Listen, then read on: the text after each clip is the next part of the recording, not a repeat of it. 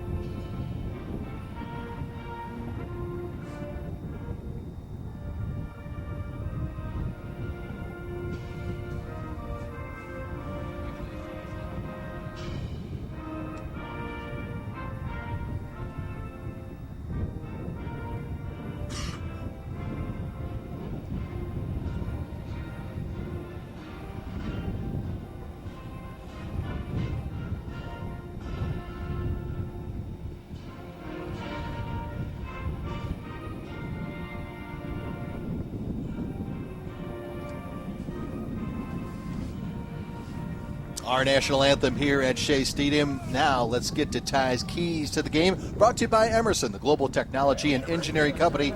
Emerson, consider it solved.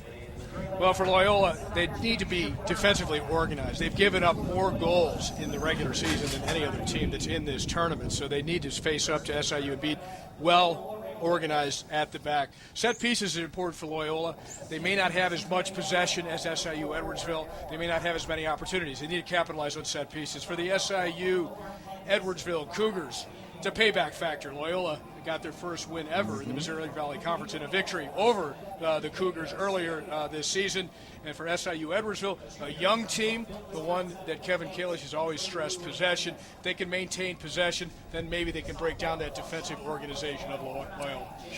Should be a good one, Ty. 4-5 matchup coming up next. It's Loyola and the Cougars of Southern Illinois University of Edwardsville when we come back here on MVC Live.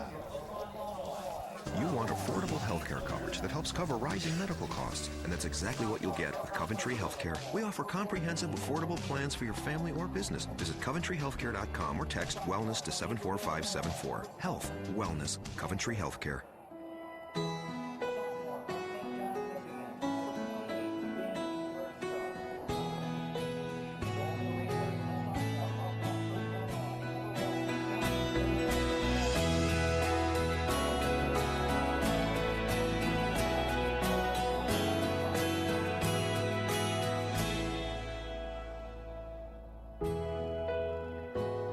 Casey's, famous for pizza. Yeah, I'm married. Doesn't matter. You do that for me? Really? Yeah, I'd like that. Who are you talking to?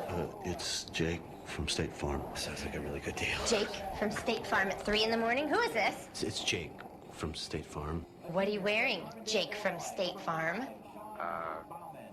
Khakis? She sounds hideous. Well, she's a guy, so... Another reason more people stay with State Farm. Get to a better state. You like to keep your family healthy and fit. And now there's a new way to do the same for your dog. Introducing Introducing new Purina Dog Chow Light and Healthy. It's a no sacrifices, calorie light way to keep him trim. With a deliciously tender and crunchy kibble blend he'll love. And 22% fewer calories than dog chow. Discover the lighter side of strong. New Purina Dog Chow Light and Healthy. You want affordable healthcare coverage that helps cover rising medical costs, and that's exactly what you'll get with Coventry Healthcare. We offer comprehensive, affordable plans for your family or business. Visit CoventryHealthcare.com or text wellness to 74574. Health, wellness, Coventry Healthcare.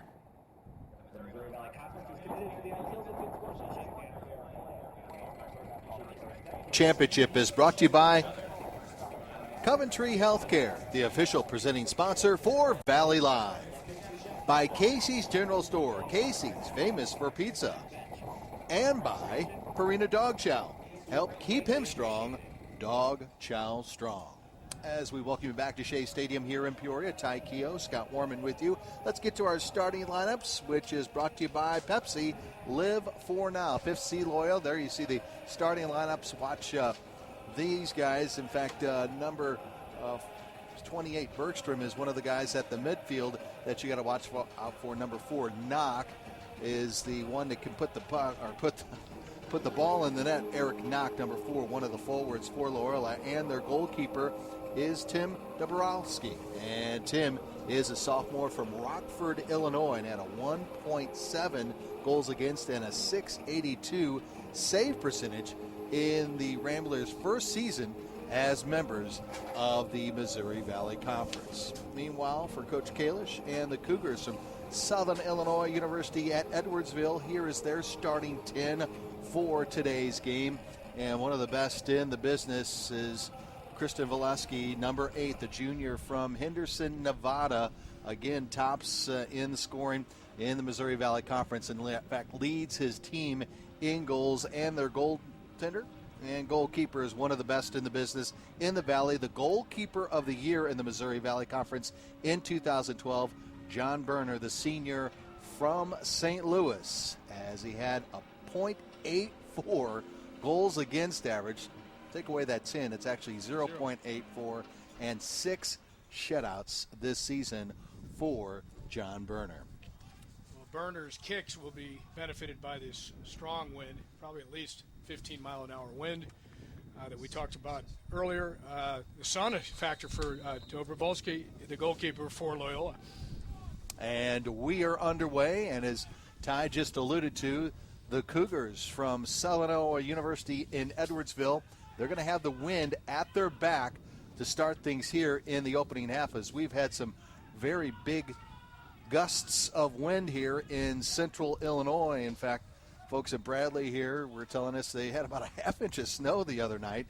Of course, they put a nice tarp on this field, and the field, just like we saw last year, in great shape as the Cougars on the attack for the first time here in this afternoon's contest. Good chance at the back post here for the Cougars early in the game. Left-footed cross in from Jaime Rodrigo. Jaime. Matt Polster there, number 4, who was freshman of the year in the Valley just a couple of years ago and was all Valley, and in fact made the all-tournament team last year for the Cougars as they fell short in the championship game here at Shea Stadium. As Ty talked about in the open, the Ramblers picked up their first Missouri Valley Conference win ever with the 1-0 win against SIU Edwardsville, and that was just a couple of weeks ago. In fact, that was the last loss, Ty, that the Cougars have picked up. They have won 2 straight heading into this tournament, so things going a little bit more Coach Kalish's way heading into this tournament here this week. Well, I think for the Cougars, momentum is important. They've had 2 big wins just in their last 2 games, shutouts as well. So I think they're feeling pretty confident about their goalkeeping and defending. Ramblers on the attack. Garcia with the cross, and the Cougars will get the clear here. Valesky can't get the handle. And here come the Ramblers.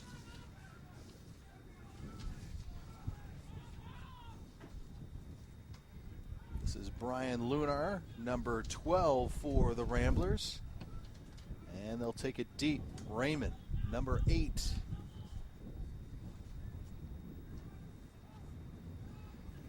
And again, possession maintained here for Loyola. Again, this first of 2 quarterfinal matchups here at Shea Stadium. Coming up later on, the 3rd seed and the host of the tournament, the Bradley Braves, will be taking on the Evansville Purple Aces.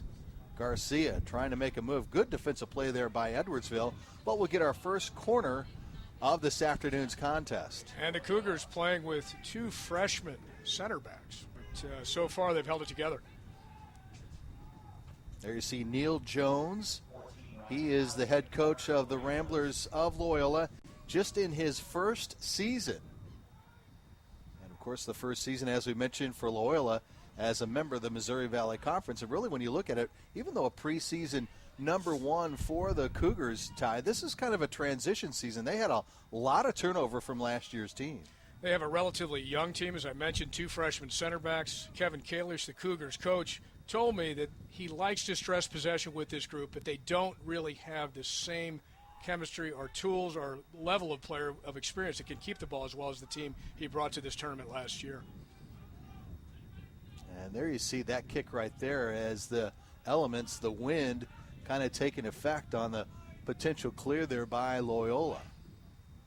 This is Sean Bowman, number 5. He's a junior from Carbondale, Illinois.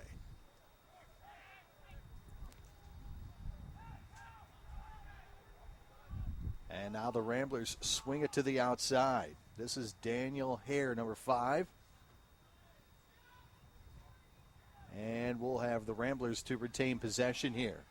Opening 5 minutes of this quarterfinal matchup. I think the Cougars, as you mentioned, picked to win the regular season. Disappointed, obviously. It didn't turn out that way. They did have a whole period where injuries decimated the lineup, but now they have this momentum in the last couple of matches going for them. And here comes Loyola on the counterattack. But again, it will be back to the Cougars' possession. And really, when you look at the entire season, it's one of those situations where the Cougars really have struggled scoring. In fact, they've got, I believe it's 12 goals for the entire year, and 9 of those, Ty, have come during regulation time. They had some stiff competition, started out the season out in California with a couple of games out there. But as we mentioned, a 2-game win streak heading in to this afternoon's contest. A big win against Evansville on November 2nd, and then at Missouri State, the top team in the conference this past weekend. And there is Dabrowski, the goalkeeper for the Loyola Ramblers. Let's take a look at the series history, and it's made possible by Coventry Healthcare, an Annetta company. Loyola leads the all-time series 2-1. As we told you, Ramblers knocking off the Cougars 1-0 in overtime just a couple of weeks or so ago for their first league triumph. Congratulations to them and welcome them to the Missouri Valley Conference. And we see the long shadows here. Difficult even for the defenders here for Loyola to pick out their targets looking upfield into the sun as well as the wind. Brett Lane, number 22, forcing it ahead to Christian Valesky. Valesky with the 5 goals, 10 points this season, number 1 on both of those categories for the Cougars here in 2013. And now they'll cross it to the near side. This is Brian Lunar. And we get an offsides on Loyola. Well, the Cougars of SIU Edwardsville not really maintaining the possession so far. Loyola showing a little bit more patience, perhaps because they're playing against the wind. They want to keep the ball, kill some of the clock, and long balls are not going to be that successful against the wind for Loyola.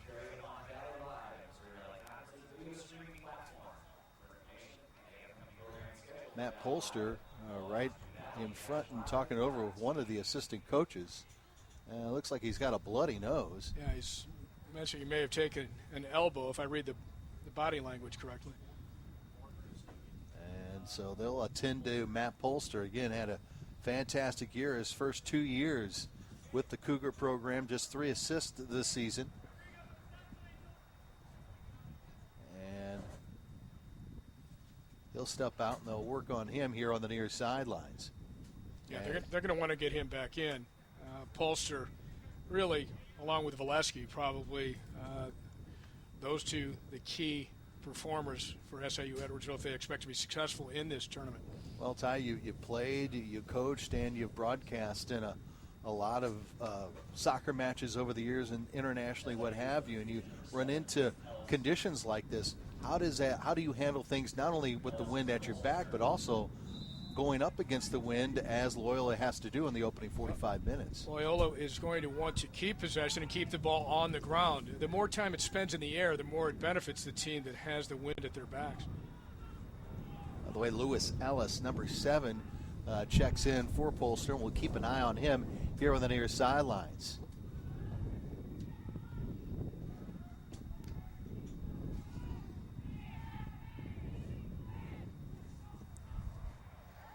Jaime couldn't handle it, and here comes the Ramblers into Edwardsville territory, trying to get to the outside, and a nice tackle there by Austin Ledbetter, just a freshman from the St. Louis area, and we've got a Rambler down right just past the midfield area here at Shea Stadium.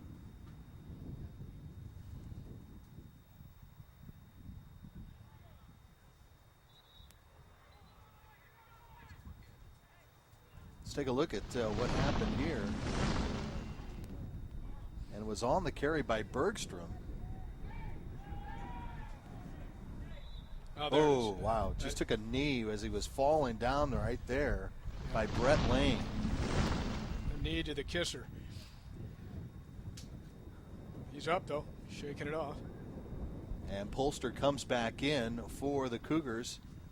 Dane Bergstrom willing to give it a go here. He has the ball now. The guy that just got kneed in the face. So he's durable. He's proved it. Now the Cougars trying to get on the attack here as we're in the opening 8 minutes of our Missouri Valley Conference quarterfinal matchup between SIU Edwardsville and the Loyola Ramblers. This is Kendall Moulin, and he'll swing it around to the far side. Lane will get it settled down, and on the carry, pops it to the outside. Now trying to get back to Brett. Lane.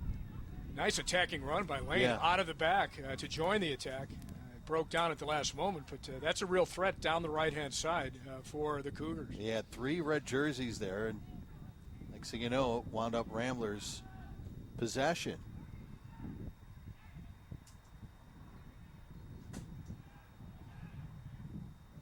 And now it looks like, Ty, the Cougars want to try the left side of the field here. Jaime trying to give chase along with Valesky, and they'll pop it back to the goalkeeper for Loyola, and we'll get Southern Illinois here. Boy, the wind really held that one up. It did, didn't it? Dobrolowski, the goalkeeper, tried to clear it. It got about halfway towards its destination, and the wind just stood it up.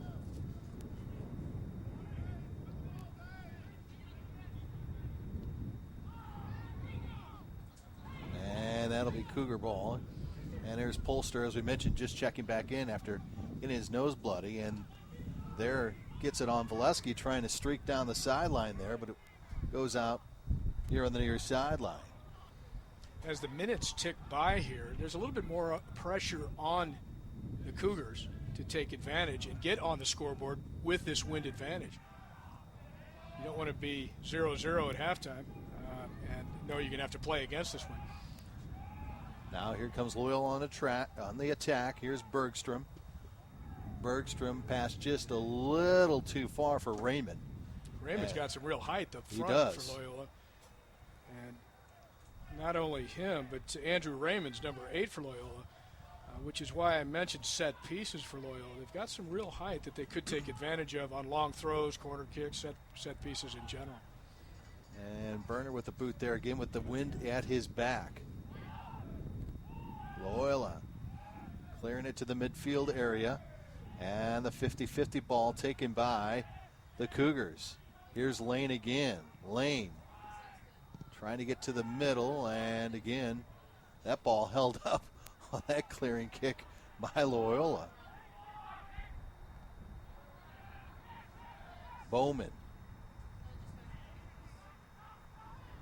Bowman working the center of the field. Now Valesky. And Valesky's tackled off the play. Good defensive play there by Loyola. That was good initial control and a nice turn by Valesky, but well defended by Loyola. And there's Lane once again as they'll work the right side. Here is Danzy. Danzy trying to get the cross. He got fouled as he was crossing. Yep. And Danzy picking up his first goal of the season last week in the victory. In fact, he's the player of the week, offensive player of the week in the Missouri Valley Conference with that goal against Missouri State in their win. At Missouri State.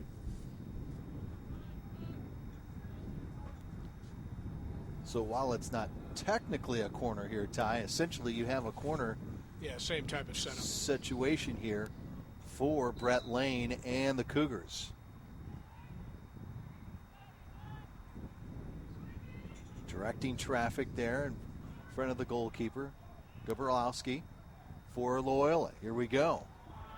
Header by Valesky, and this time it looks like we're going to get a corner kick on the near side for the Cougars. Valesky, the main threat there. Dangerous area for this free kick. It's an outswinger. Good bend on it, away from the goalkeeper. Bit of shoving in there. Valesky tied up pretty well by the Loyola defenders, not able to really get a lot of force on the header.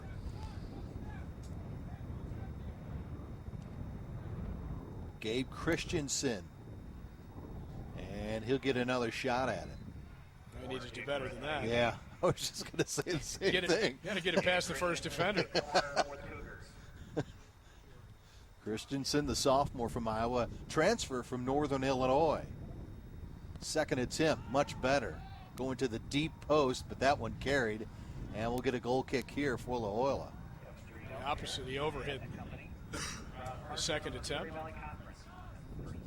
So SIU 2 corner kicks, or near corner kick. The first one was a free kick. Not able to capitalize. Still got more than 32 minutes here of wind-assisted play for the Cougars. And no question, you can tell that this gust of wind is playing havoc, and you just see it right there on Dobrowski's kick. And the whistle is going to be on Southern, so we get a kick here for the Ramblers.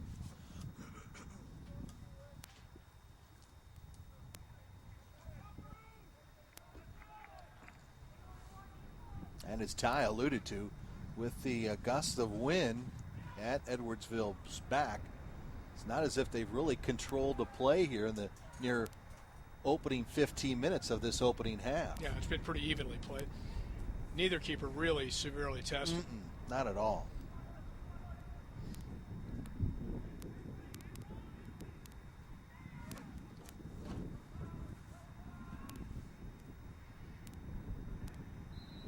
And the whistle, and they're going to say last touch by the Cougars of Southern Illinois University at Edwardsville. And again, it looks like we have Daniel Harris slow to get up, the sophomore from Kansas, for the Ramblers.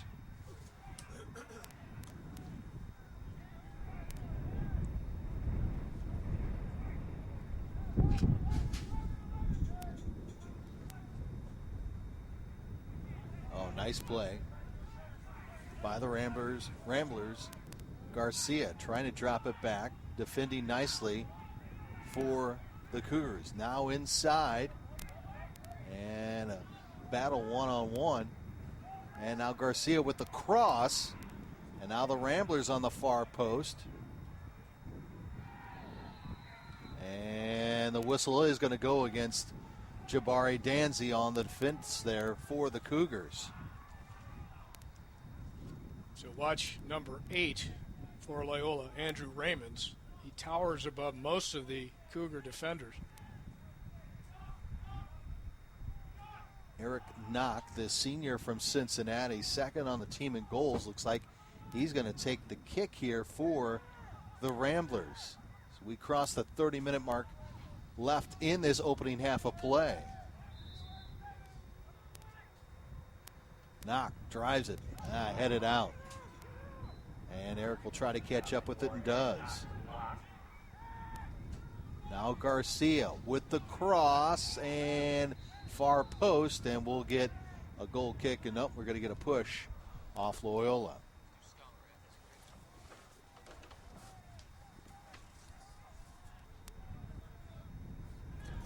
All right, time now for today's Missouri Valley Conference Scholar Athlete of the Match. It's the goalkeepers you see there for Southern. John Berner, a senior goalkeeper from St. Louis, played every minute of every match for the Cougars this season, and preseason all-conference choice. Berner has a 3.34 cum GPA in exercise science, was tabbed the 2012 MVC Goalkeeper of the Year and named to the league's honor roll back in 2012. I never thought goalkeepers were that smart. Wow. I'm not even going to touch that one. Well, think about it. They're always in there getting punished, especially in practice. They get punished harder than any other players in practice. You mean taking the beating has a toll on the head effect, huh? Okay. Well, I gotcha. well, you know what? They're more often thought of as a little crazy, not necessarily. Kind of like kickers in football too, I guess. Yeah, not lack of intelligence, just a little bit off to be willing to stand between the posts there and take the punishment. As you see, Rodrigo Jaime, who is the sophomore from Peru, slow to get out for the Cougars. And we're going to see Lewis Ellis, Jr. from the UK, coming back in. Remember, he replaced Polster when Polster had that bloody nose in the early stages of this opening half of play. He's the go-to guy. And we're seeing substitutions coming to the game, and obviously game very physical down there on the field with some of the players we've seen down at least early on in this one. Well, we've seen one bloody nose, and we've seen another guy get kneed right in the teeth, basically. But they both are back on. Valesky trying to maintain possession. Now they work it outside to Lewis.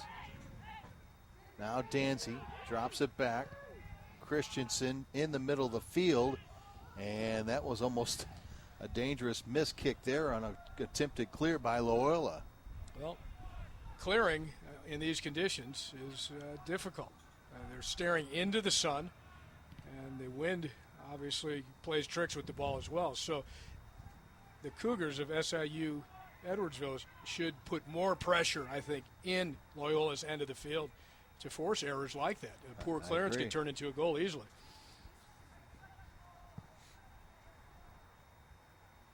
Brett Lane here for Edwardsville. And headed up ahead by Hare. And Ledbetter will just kick it out. Yeah, if you have the advantage going against a goalkeeper who's staring into a strong low-angle sun and dealing with wind, you want to get some balls in the box there. You want to really hammer it home and put the pressure on. Instead, we've got pressure going the other way. Exactly. We have, at least for the last 2-3 minutes, I would think, Ty. Really dealing well with the difficult conditions. They are, no question.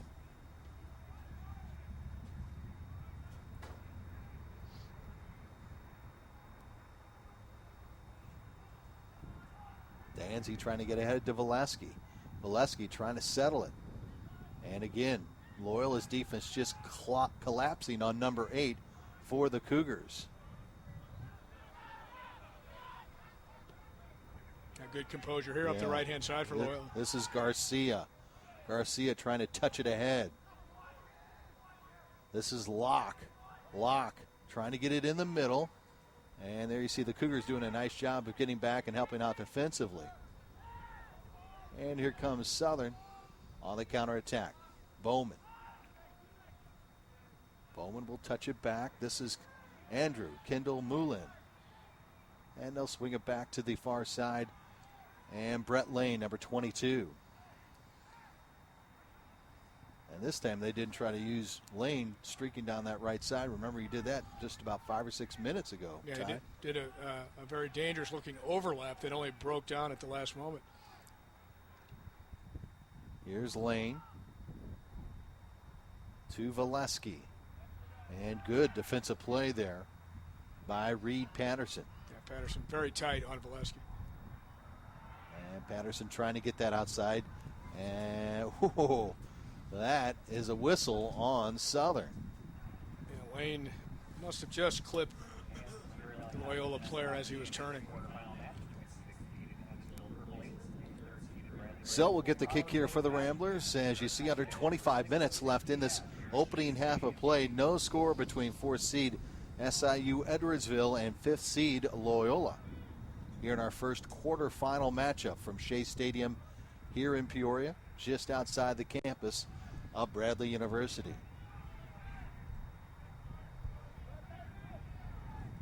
Speaking of Bradley, they'll be in our second quarterfinal matchup tonight. We'll get it started just after 6 o'clock here on MVC Live. As the Braves are the 3rd seed, they'll take on the Evansville Aces, who are the 6th seed in this tournament. Danzy. And he's tackled off the play. And here comes Knock. Couldn't just get the handle on that. Bauman has it for the Cougars. And push is called right here, so we'll get a kick for Southern.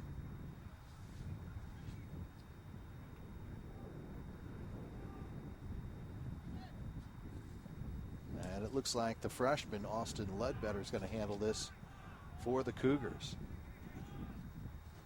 And again, here's an opportunity, Ty, when you're talking about not only that wind, but especially that sun right in the goalkeeper's face here. Let's see what Southern has drawn up here. Inside, and Dabrowski does a nice job of handling that kick by Ledbetter. Yeah, he was unopposed. I think it was mishit, and I think overhit. A misjudgment of how much the wind would carry it by the kicker. Nice settle by Locke. Brings it back. And giving chases Raymond. Raymond over to Garcia. Garcia off the play. Bauman. And Loyola will retain possession. And we'll get a substitution now in for the Loyola Ramblers. Brian Beeman, the junior from Waterloo, Illinois, will check in. Loyola's top goal scorer. And second in the conference, as a matter of fact, with his 7 goals this season.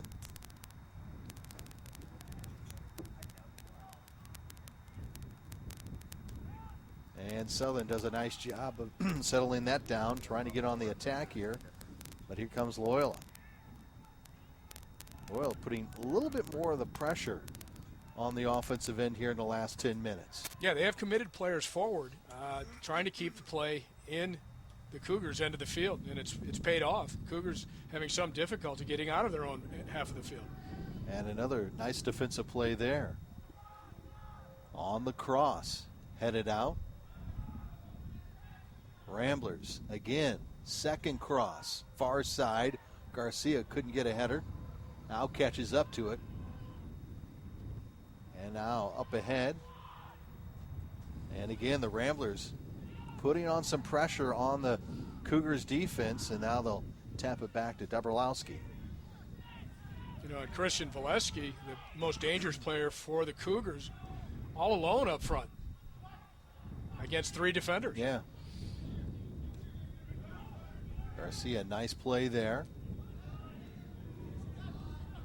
Lunar.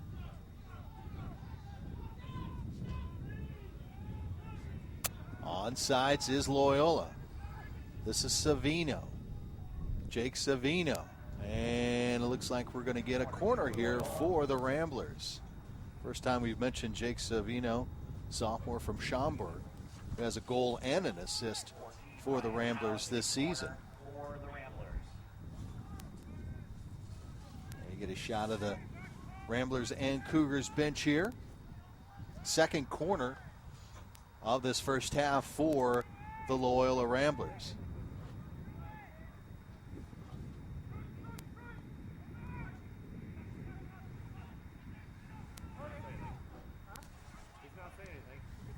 Lunar trying to keep it back in. Look at the wind take effect on that high kick. Yeah, he hooked it too. He did miss hit it, but the wind just accentuated his miss strike of the ball. That thing just died. Now Valesky trying to give chase. Valesky, and a nice play by Lunar to play him defensively and mark him up very nicely. And that was a one-on-one situation, Yeah. which we haven't seen too much of. The Loyola defenders have collapsed on Valesky and many times double or triple teamed him.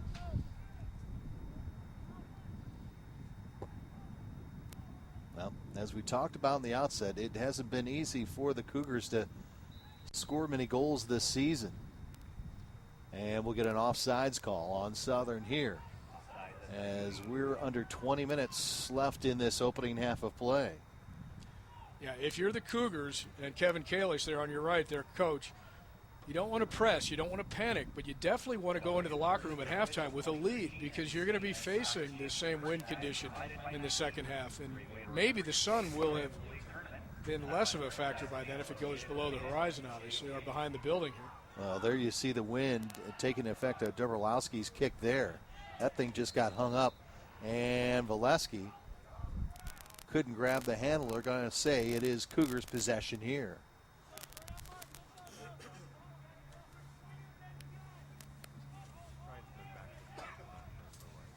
There you get a shot at Christian Valesky, as we mentioned, leading the team in goals and in points this year.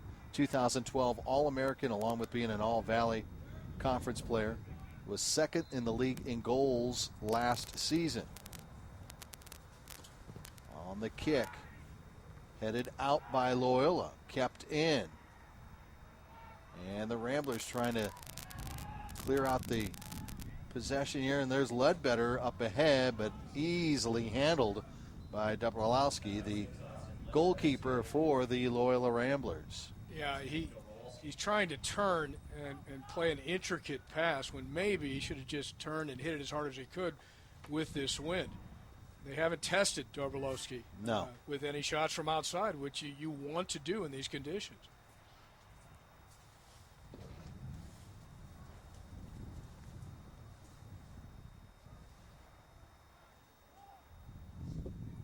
This is Brett Lane for the Cougars of Southern Illinois University at Edwardsville. Now Garcia, who's had a terrific first half for Loyola. Pass a little too far. And again, Cougars trying to feed Valesky, as Ty alluded to, one of the lone guys that are playing up for Southern Illinois here in the opening half. And again, with the wind, a very stiff wind at their back. Looks like they want to work the near side. This is Bauman. Bauman. Now a shot taken, and again, didn't get a lot of it there by Lewis Ellis. He got a good chunk of turf, I think. Brought up a divot, but at least he's attempting a shot on goal that has the wind behind it, right, and has Loyola's goalkeeper Tim Dobrowski having to deal with the sun in his eyes as well. There's Polster. And they'll move it back to Ledbetter and swing it around to the near side. This is Bauman. Bauman for the Cougars. Out to Ellis, back to Bauman. 16.5 left here in the opening half. No score of our first quarterfinal matchup from Shea Stadium here in Peoria. Now trying to get it over to Danzy, and it'll be Southern with the possession. Brett Lane, number 22.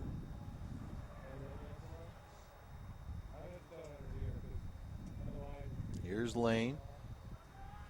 Work in the middle of the field. Now back to the outside. Now they want to reverse field to Bauman here on the near side. There you get a shot of Sean, the junior from Carbondale.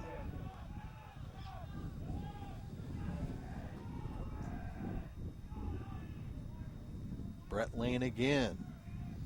And very patient on the attack here, Ty. Also impressive, Loyola's defensive organization. I mentioned it as a key for them. They've given up a lot of goals this season, but today they're moving in tandem. They're coordinated, and they're really closing things down at midfield. When you look at Matt Polster, one of the best midfielders out on the field, he's a key to the Cougars' success, and he hasn't hardly had a touch on the ball. And that kick, again, with the wind behind the Cougars' back just a little too far there. And we'll get a kick here from Tim Dabrowski, the goalkeeper, for the Loyola Ramblers. Yeah, I've been impressed with Loyola's ability to stifle any sort of possession play and penetrating play from the Cougars of SIU Edwardsville. Especially when you see Valesky even get a chance to try to handle the ball at all. And you just see 2, maybe even 3 guys just completely collapsing on number 8. Well, they're aware he's their main striking threat, and they've done a good job of closing him down and staying very tight on him.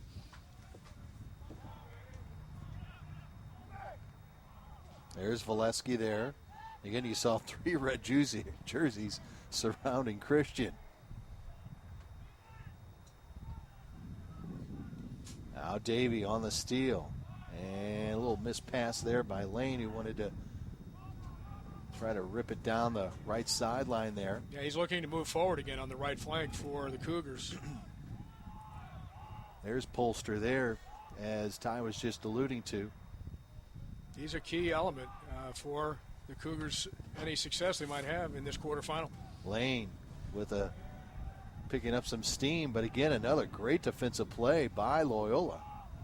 And that pass just a little too far ahead of Daniel Hare, and the goalkeeper, John Berner, will handle it. And Cougars trying to get back on the attack as we're down to about 13 minutes left in this opening half.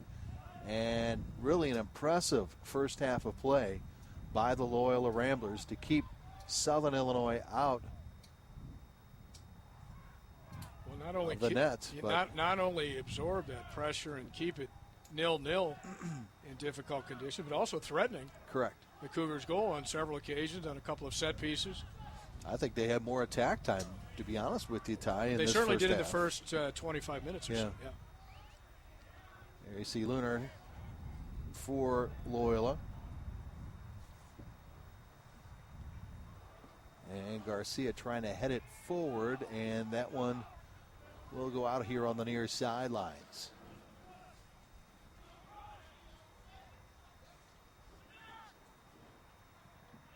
There's Valesky.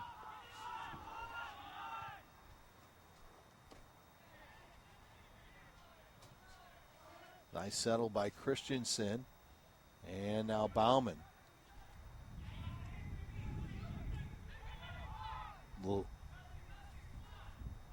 Ellis, who's come into the game a couple of times as a substitute, brings it back, and now this is Ledbetter. We talked about one of the many new fresh faces for the Cougars this season. Loyola adjusting, shifting, supporting defensively, and really not leaving gaps for the Cougars to exploit out of midfield or at the back. There's Polster. Slides it to the middle. Sauerwein couldn't get it up ahead. And the 50-50 ball handled by the Cougars, no whistle. And now Polster will just touch it back.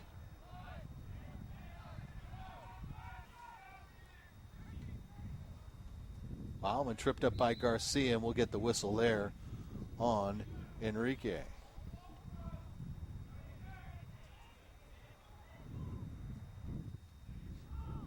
Well, I guess the next question, Ty, as far as I'm concerned, is can the Cougars continue to be as composed and show as much patience on the attack like we've seen here with the time winding down in these opening 45 minutes? No, they need to press the issue a little bit, throw more players forward, get a couple guys in support of Valesky, who's still, for the most part, playing on his own in the center of the park up front for the Cougars. Here's Matt Polster. Matt to the center of the field. And again, tap back. Kendall Moulin trying to get the far side to Danzy. And that one just a little too strong. Settled down by Christensen.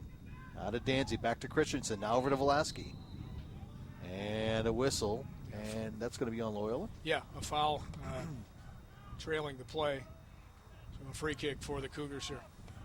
And they put everybody up, basically. Anybody with any height to be a target for this kick. Yeah, Bauman and Sauerwein are essentially the only two Cougars kind of settling back on this kick for Southern. And it looks like Lewis Ellis will handle the chores.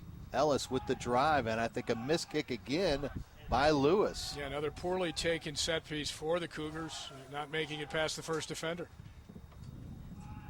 Now Bauman trying to work the middle of the field. 50-50 ball taken by Sauerwein. Bauman does a nice job there. Now working the middle of the field to Christensen. Now trying to get to Velasquez. Velasquez on the run, but Dabrowski does a nice job of picking up the loose ball there. Yeah, Dabrowski reacted well and really got off his line quickly. And Garcia with a missed kick. And here come the Cougars back again. Sauerwein. Under 9 minutes left in the opening half. 0-0 Loyola and Southern Illinois University at Edwardsville, the 5th and 4th seeds respectively in this quarterfinal matchup from Shea Stadium in Peoria.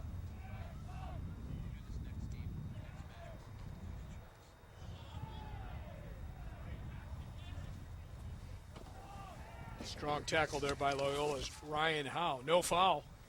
Won the ball fairly. Here's Brett Lane again on the far side to Polster. Sauerwein. And Cougars again trying to put some type of attack on, but Loyola doing a terrific job defensively. No whistle, play on. Now Velasquez, and a great job on the defensive end, as that was a great play by Reed Patterson. Good tackling by both teams at midfield. I think that was Christensen for the Cougars. Coming back at Ryan Howe with a tough tackle to even the score.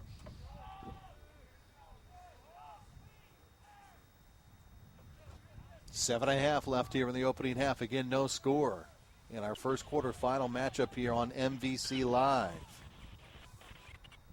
There's Danzy. Out of Polster. Matt swings it outside. Yeah. They're keeping close tabs. Just like Velasquez. Well. Yeah. Bauman chips it ahead. Danzy trying to catch up, and it's going to be out. Loyola will get the possession. Hey, quick reminder, you can join us at 6 o'clock Central Time for our second matchup here from Shea Stadium, as 6th seed Evansville will take on 3rd seed Valley. Again, that will start at 6 p.m. Central right here on Valley Live. In fact, we'll talk to the two head coaches coming up in our halftime show from Shea Stadium in that second quarterfinal matchup between Bradley and Evansville. Polster to Sauerwein. 6.5 left. Swings it far side to Lane. And Lane gets some room, gets across. Danzy right there. Shot! Oh, save made. Good play there by Danzy. He had an opportunity to pick up a second goal in as many games. Lane made a great run, beat two players with one move down the right-hand side, crossed. Danzy, decent turn and a strong shot. But again, Dabrowski well positioned to make the save. He was. This is Knock. I haven't mentioned his name too much. The top scorers on this Loyola squad.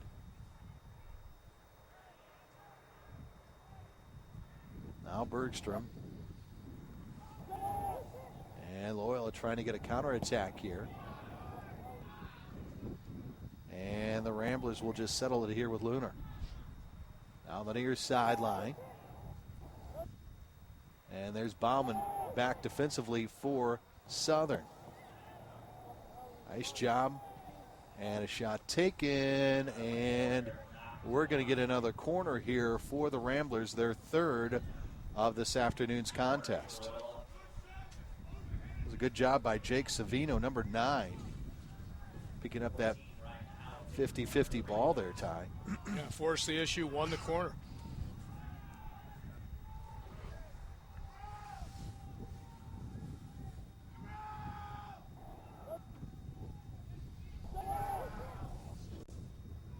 Corner taken and wasted.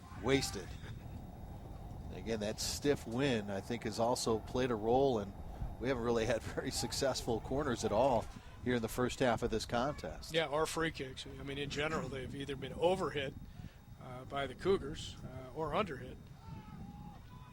Look at this drive by Burner with the wind behind him. Holy smokes. Bauman with the header outside. No one at home. And so Loyola will get it as we're just a little over 4 minutes left in our first half.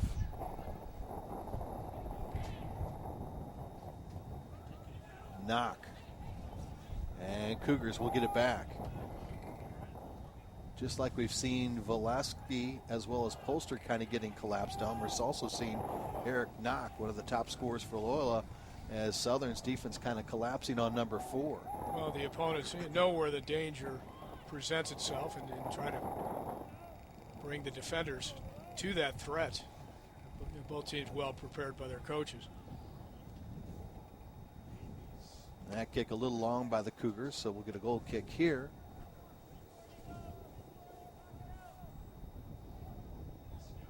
And again, it's one of those situations where these guys obviously came out early, practiced on the practice field just behind us, and just kind of learning the elements with this really stiff wind that we have here today in central Illinois.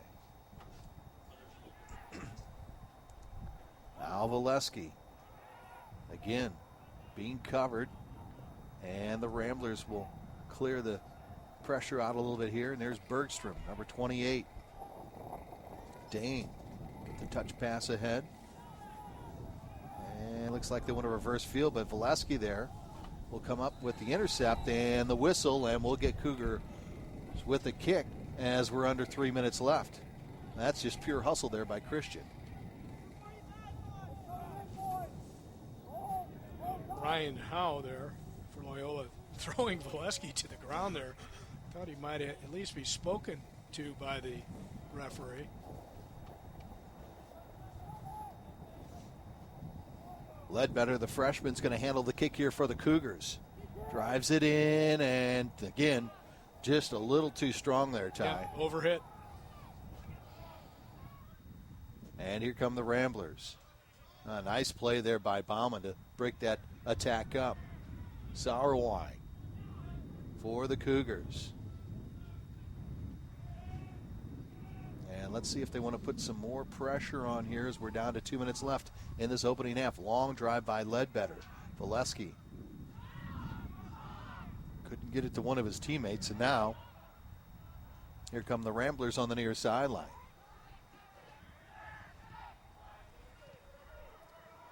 Ellis, now to Polster.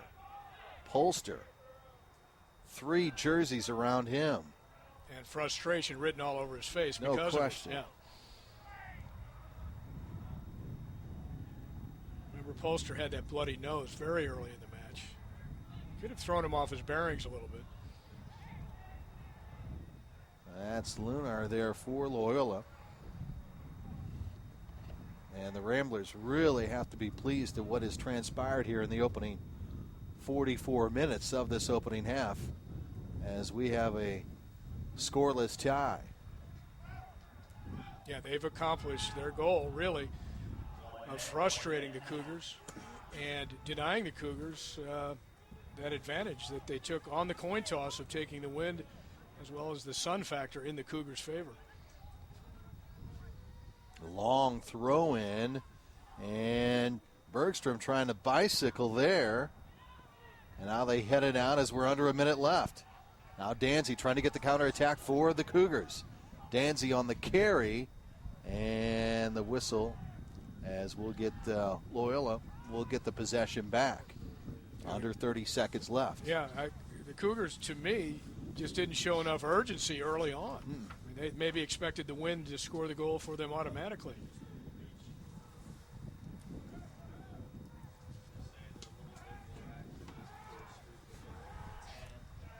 And we've got the countdown. On the cross, Ledbetter.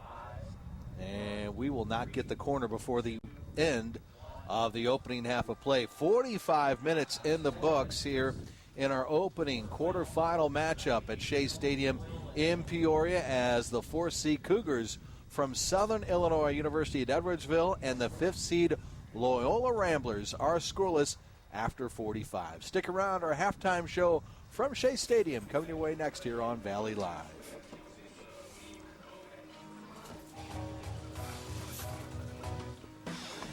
Hi, Jim. Good to see you. Mike, how you been? Good to see you.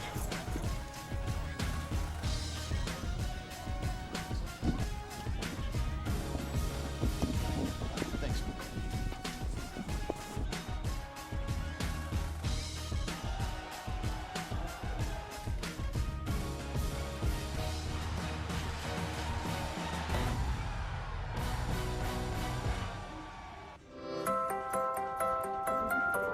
Our nationally ranked program sees more than 6,000 kids with heart problems each year.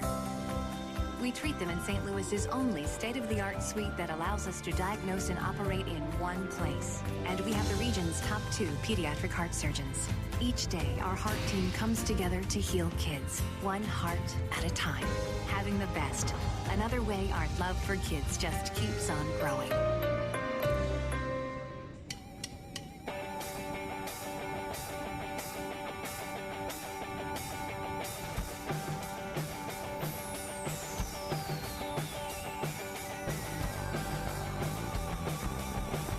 Grind virtually any kind of food waste into an unending source of electrical power for a city? When Emerson takes up the challenge, it's never been done before, simply becomes consider it solved. Emerson. In the insurance business, you think differently about a customer when you stand in the middle of his dreams. When she serves you breakfast every Saturday morning. When his son plays on the same team as your son. When you live down the street from your customers, you make sure they get covered right. And you make sure you're there when they need you. That's the way it's done around here. Grinnell Mutual, a policy of working together. To find a Grinnell Mutual agent near you, go to grinnellmutual.com.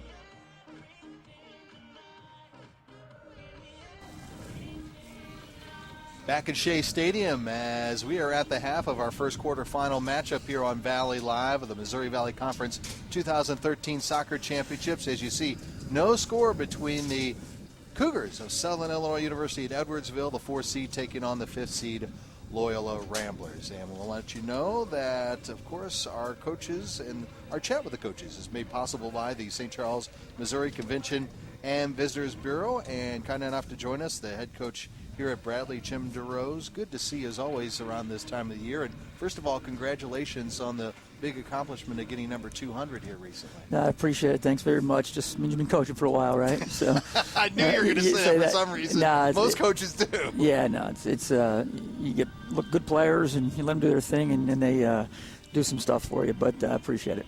But another double digit in the victory column this season. That says more, I think. I appreciate it. Thanks. That's one of the things we try to, as a program, we've been fortunate, in the last 3 or 4 years to be 13, 10, 11 wins. And I think if you're doing that, you're hopefully going to play for meaningful things in November, like the teams in Peoria this weekend. We're scoreless in the first half of this one, and Ty and I even talked about during the outset, just with the stiff wind that we have here at your stadium, it looks like it's really been adjustment for both teams, whether it's with the wind or against the wind, which could carry over into your game against Evansville tonight. Yeah, absolutely, because Edwardsville's a team that certainly can move it when it's time, but I didn't think the wind did play a bit of a factor.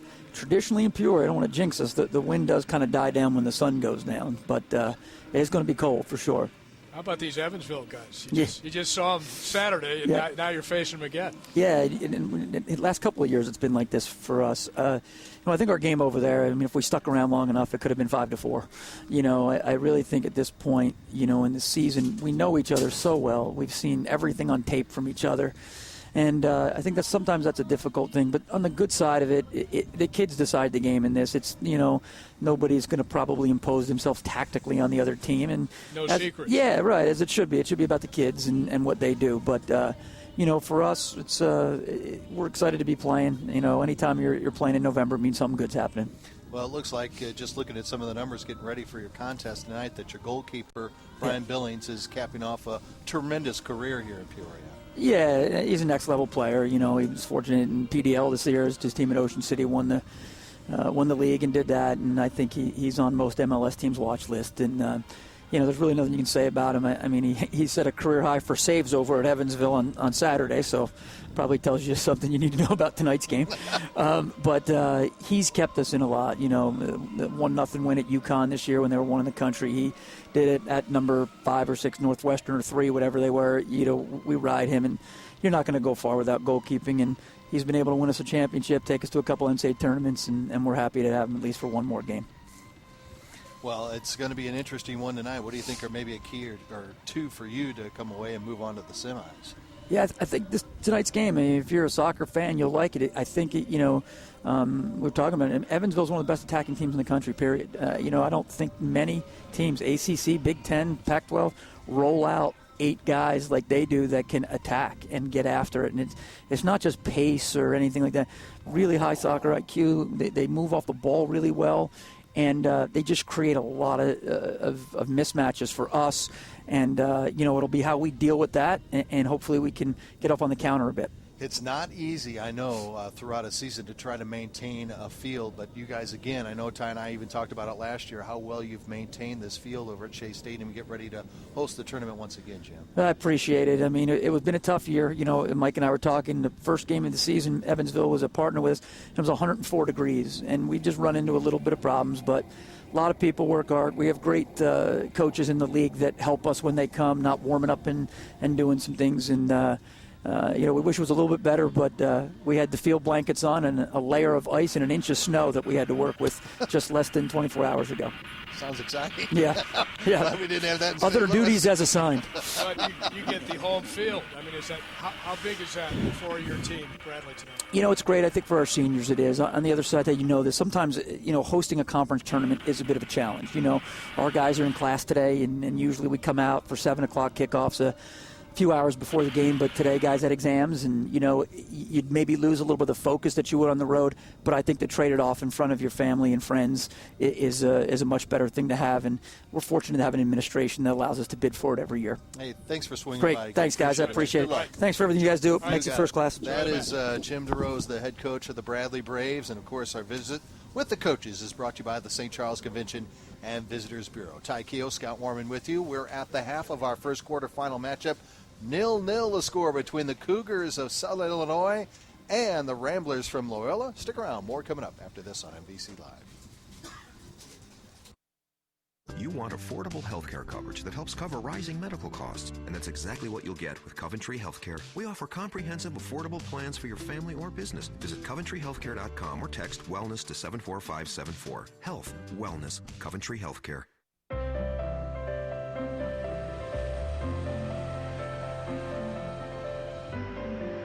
You could fly to Venice or Paris or even Copenhagen. You could fly all over the world. But why? When you could just come to St. Louis. Your trip begins at ExploreSt.Louis.com.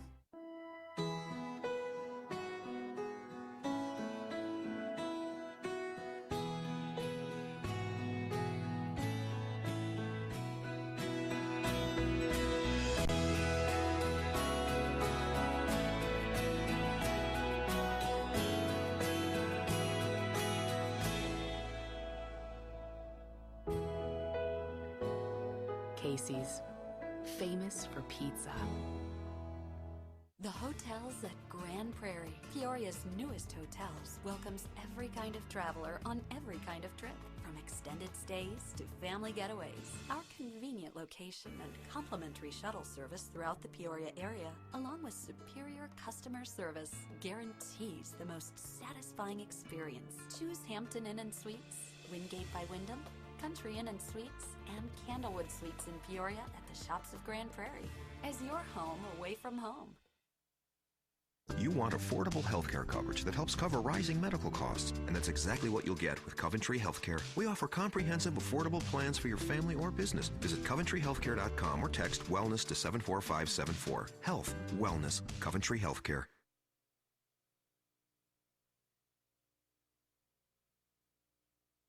Mormon back with you, MVC Live, bringing you quarterfinal action of the 2013 Missouri Valley Conference Men's Soccer Championship from Shea Stadium here in Peoria. No score, as you see, at the half in our first quarterfinal matchup. Second one tonight just after 6 o'clock as the host school, the Bradley Braves, the third seed, will take on the sixth seed Evansville Aces. Mike Jacobs, the head coach of Evansville, now joins us, as we just heard from his counterpart, Jim DeRose, in our halftime show. And like we just talked about, you guys are just seeing each other again in just a mere 5 days after your game against them last Saturday, Mike. Yeah, it's a quick turnaround, and you don't see that too often at any level, to have teams play each other twice in a 4 or 5 game period. So there's probably not a lot of mystery between the two teams at this point.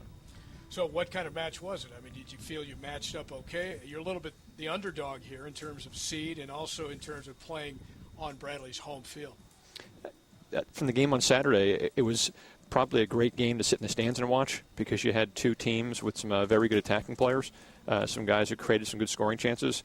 And I think it was just unfortunate someone had to lose a game like that, because it really was a slugfest, and to concede a goal that late obviously was discouraging.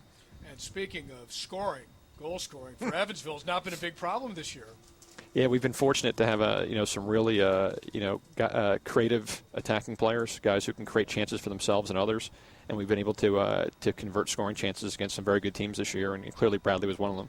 I remember, in fact, last year during the tournament, seeing Mark Gonzalez again providing a lot of scoring for your team again this year, Mike. Yeah, between Mark Anthony Gonzalez and Fike Kaderovich, both those guys, Fike's leading the country in assists, and Mark led the conference in goals scored and is among nation's leaders in scoring as well. And both those guys have the ability to get in behind defenses and create chances for themselves and others.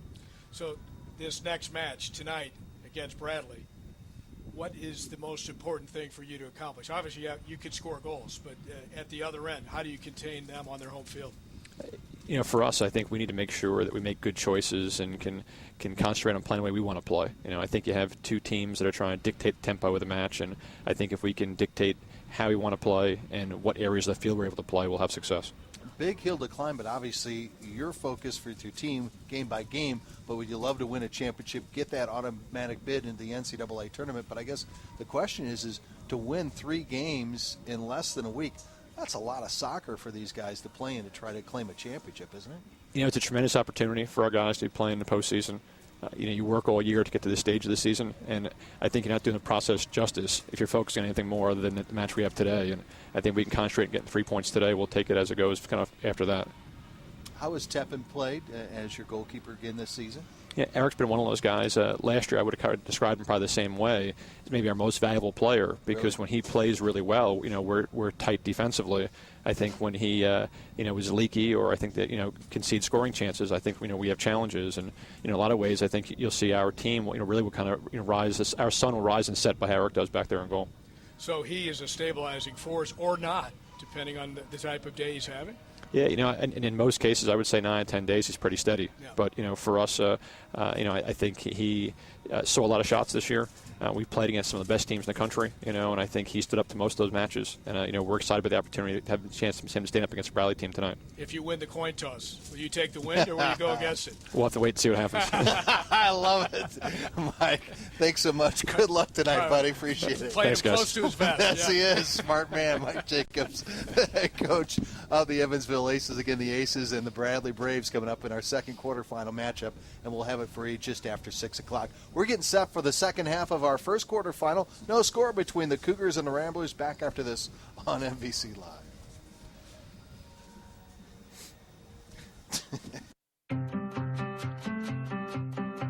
You like to keep your family healthy and fit, and now there's a new way to do the same for your dog.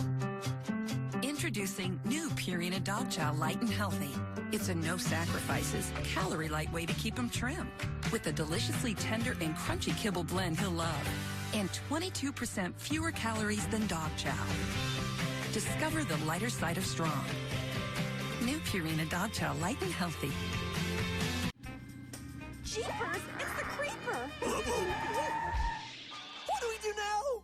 It's a mystery. I know. Like a good neighbor, State Farm is there. Zoinks! It's Lucy, like our favorite State Farm agent lady. Hi, gang. I'll handle it. And that's not really a monster. Mr. Carswell! You meddling kids. State Farm takes the mystery out of dealing with insurance. Get to a groovier state. Our nationally ranked program sees more than 6,000 kids with heart problems each year. We treat them in St. Louis's only state-of-the-art suite that allows us to diagnose and operate in one place. And we have the region's top 2 pediatric heart surgeons. Each day, our heart team comes together to heal kids, one heart at a time. Having the best. Another way our love for kids just keeps on growing.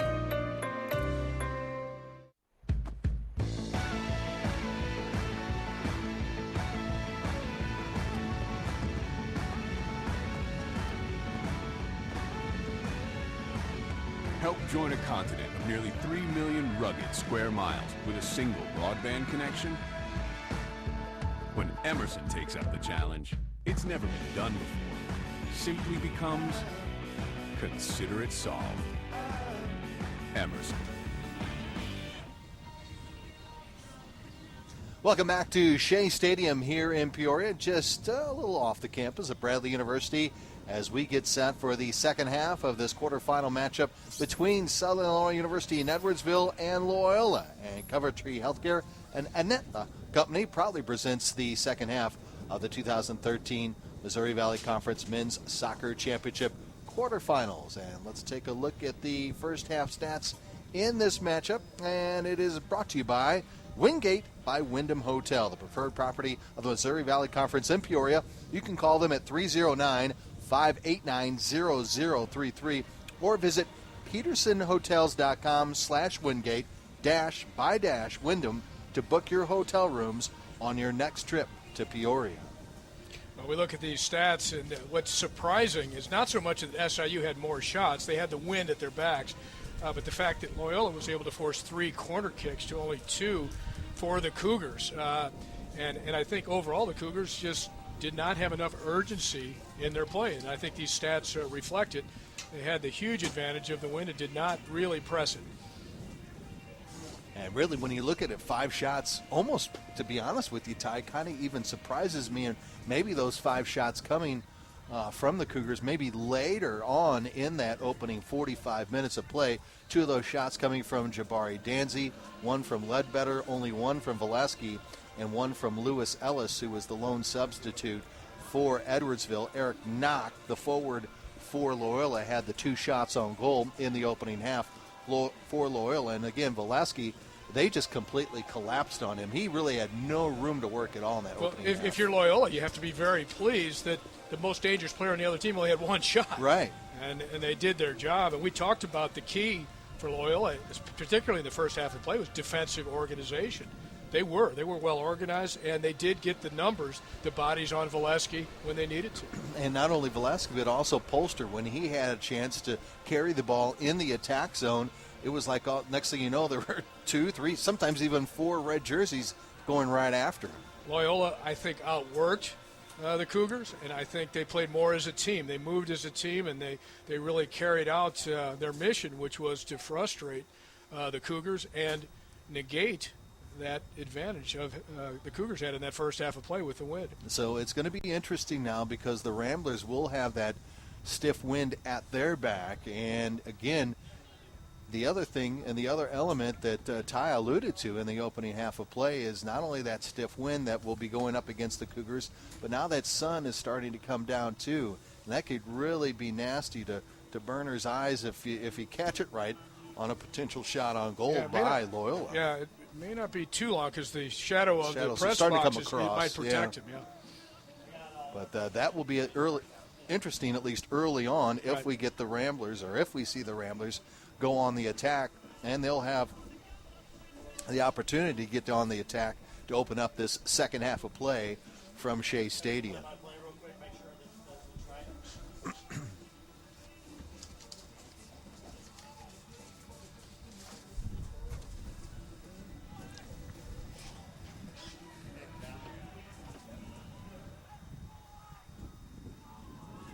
So Knock and Bement, number 15, as we mentioned, the junior from Waterloo, led the team in goals and in points, actually coming off the bench for Neil Jones's Loyola Ramblers in the opening half of play. Well, that can be a tactic by coaches to bring a dangerous attacking player on, maybe after the defenders are a little tired from chasing the guy that started the game. Maybe when the fresher legs can make a bigger difference coming off the bench and score some goals.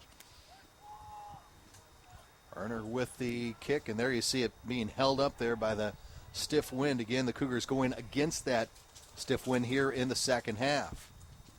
Nonetheless, here's Velasquez. Christian trying to get a touch pass to Danzy, and here comes Ellis for the Cougars, trying to get it to Velasquez. And again, a lot of jerseys collapsing on number 8, the leading scorer for Southern Illinois again this season. We'll see if there's more urgency to the Cougars' play here. I thought that they must be disappointed in what they were able to produce in the first half of play. There you see Polster reversing the field for the Cougars. Now Sauerwein will just tap it back. And again, we're seeing that patience on the possessions for Southern, just like we did in the opening half of play, at least in the opening minutes of this one. Lane will catch up with it. Looks like he's got some pretty good wheels, Ty. Yeah, he loves to go forward. He does have the tools of speed and some decent dribbling ability. Perhaps the most dangerous, well, easily for me, the most dangerous chance that the Cougars had was Lane going down the right-hand side, crossing, and Danzy forcing the save out of Dobrolowski. And there is the goalkeeper for Loyola. And nice deep drive. And now it looks like Garcia will try to carry it on the outside. Now to Lunar. Lunar. Back to Garcia. Garcia. And we get an offsides call on Loyola.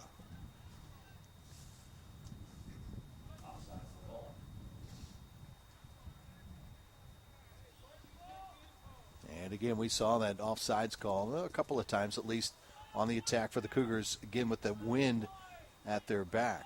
Well, the Cougars, whatever weather service they used, was predicting the wind would die down in the second half, which is why they took it in the first half. When I talked to Kevin Kalish before the match, he says if we win the toss, we're going to take the win.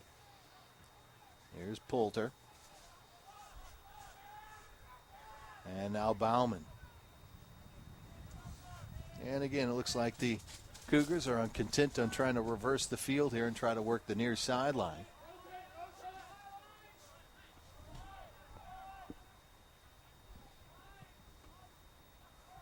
And trying to get it up ahead. Missed kick there. And Garcia taking off the play. And Cougars trying to get a counterattack going. And here's Garcia. And Loyola will get the possession on the foul call on the Cougars. Just opening 3.5 minutes of our second half of this quarterfinal matchup. The flag's on the far side. The wind is dropping. It's not nearly as strong as it was in the first half. Now inside. Cougars trying to alleviate some of the pressure, and that one will make it a goal kick for Berner here for Southern Illinois. As you see Lee Grander there, the sophomore from Naperville, Illinois. Time now for the state in history on the Missouri Valley Conference. We'll go back to the 09 MVC tournament in Des Moines, Iowa. And on this day, Tom Irvin scored his one in the 100th minute on a redirected shot for Evansville as they upset 19th-ranked Missouri State 2-1 to advance to the finals. Here comes Loyola on the attack right now. Garcia against Bauman.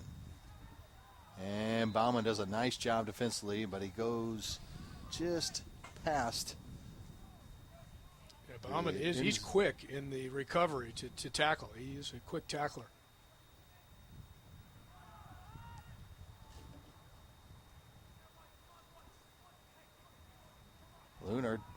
the throw-in. And he'll do it once again. Number 7 for Loyola, Enrique Garcia, spent a lot of time on the ball. And there's a nice job by Burner there, not giving the Ramblers an opportunity. And there was some traffic out in front of him. There was. Here's Polster on the carry right in front of us. And now trying to get it to Valesky. Again, 2 red jerseys side by side on Valesky. Nice play by Danzy. Now Valesky. Good shot there. Christian taps it ahead to Danzy. And getting back defensively was Patterson for the Ramblers. Very well positioned, Reed Patterson there to cut out that cross. Lane on the carry. Lane still on the cross, but didn't really have that good of an angle. And again, nice defensive position again, Ty, for the Ramblers. Yeah, they've held it together, but Brett Lane showing he's dangerous, attacking from his defensive position down the right-hand side. An exciting player to watch. I think most fans love to see a defender who likes to get forward.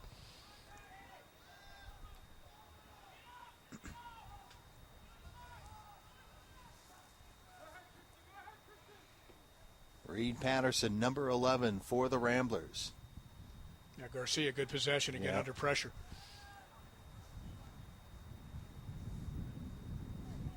Now here's Garcia. Not a knock. In the middle. Shot taken, and that one is deflected wide. And I'm going to say no deflection. Yeah, he was off balance when he hit it. We're going to get a goal kick here for the Cougars. Yeah, Ryan Howe, number 14, trying the long-range attempt. Worth a try, but he was off balance as he went to strike the ball. But I'm more and more impressed by Enrique Garcia in midfield for Loyola. Composure on the ball, always around the ball, very involved, and he's kind of the glue that keeps their midfield held together.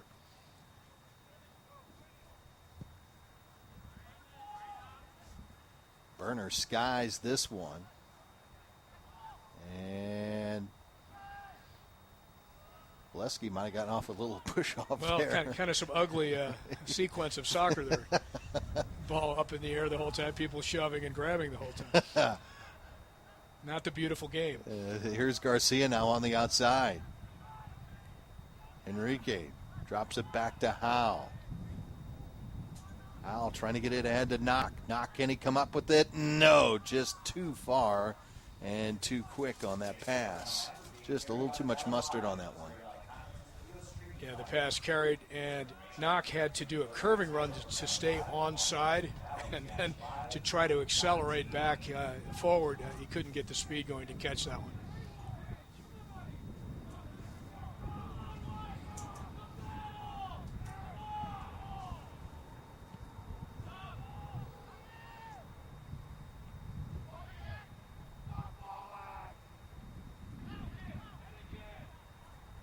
Christensen throws down, and now some pushing and shoving and some elbows, and Christensen just drills Howe in the head with an elbow. Well, they got tangled up and then ended up falling together. But again, it was not a pretty sequence of soccer. No, not at all. We saw the pushing and shoving, and then all of a sudden. Well, Ryan Howe has played a very physical game at midfield for Loyola, and this is just a tough situation. He comes in hard. Then they tangle up here. That's a challenge from behind, although he got the ball, but it's the arm action. They tie each other up. He hooked him with his arms, yeah. And there's that right elbow right there I was just talking about. Yeah. He got him on the side of the head.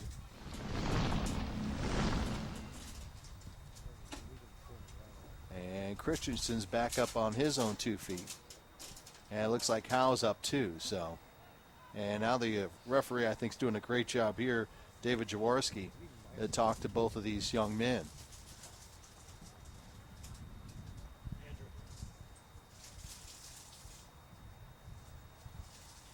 Yeah, that's for the challenge from behind and for wrapping his arms around him. So the foul will go in favor of Loyola against the Cougars. And I don't think the man in the middle, Jaworski, saw what you saw.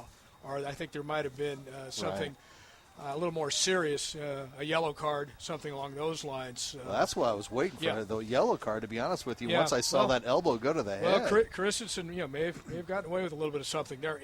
In just the confusion of them tangling up. Not like you're speaking from experience or anything, right, Ty? No comment, folks. There we go. Well, when you're fighting hard for the ball, you got to put your arm somewhere. I understand. And we get a whistle, and Cougars will get the kick here as we're near the 36-minute mark left in our second half. Again, still no score between Loyola and the Cougars from SIU Edwardsville in this first quarterfinal matchup from Shea Stadium in Peoria. We've seen soccer is a contact sport, but you don't like to see guys rolling around on the ground with doing the Greco-Roman wrestling type thing that we saw there.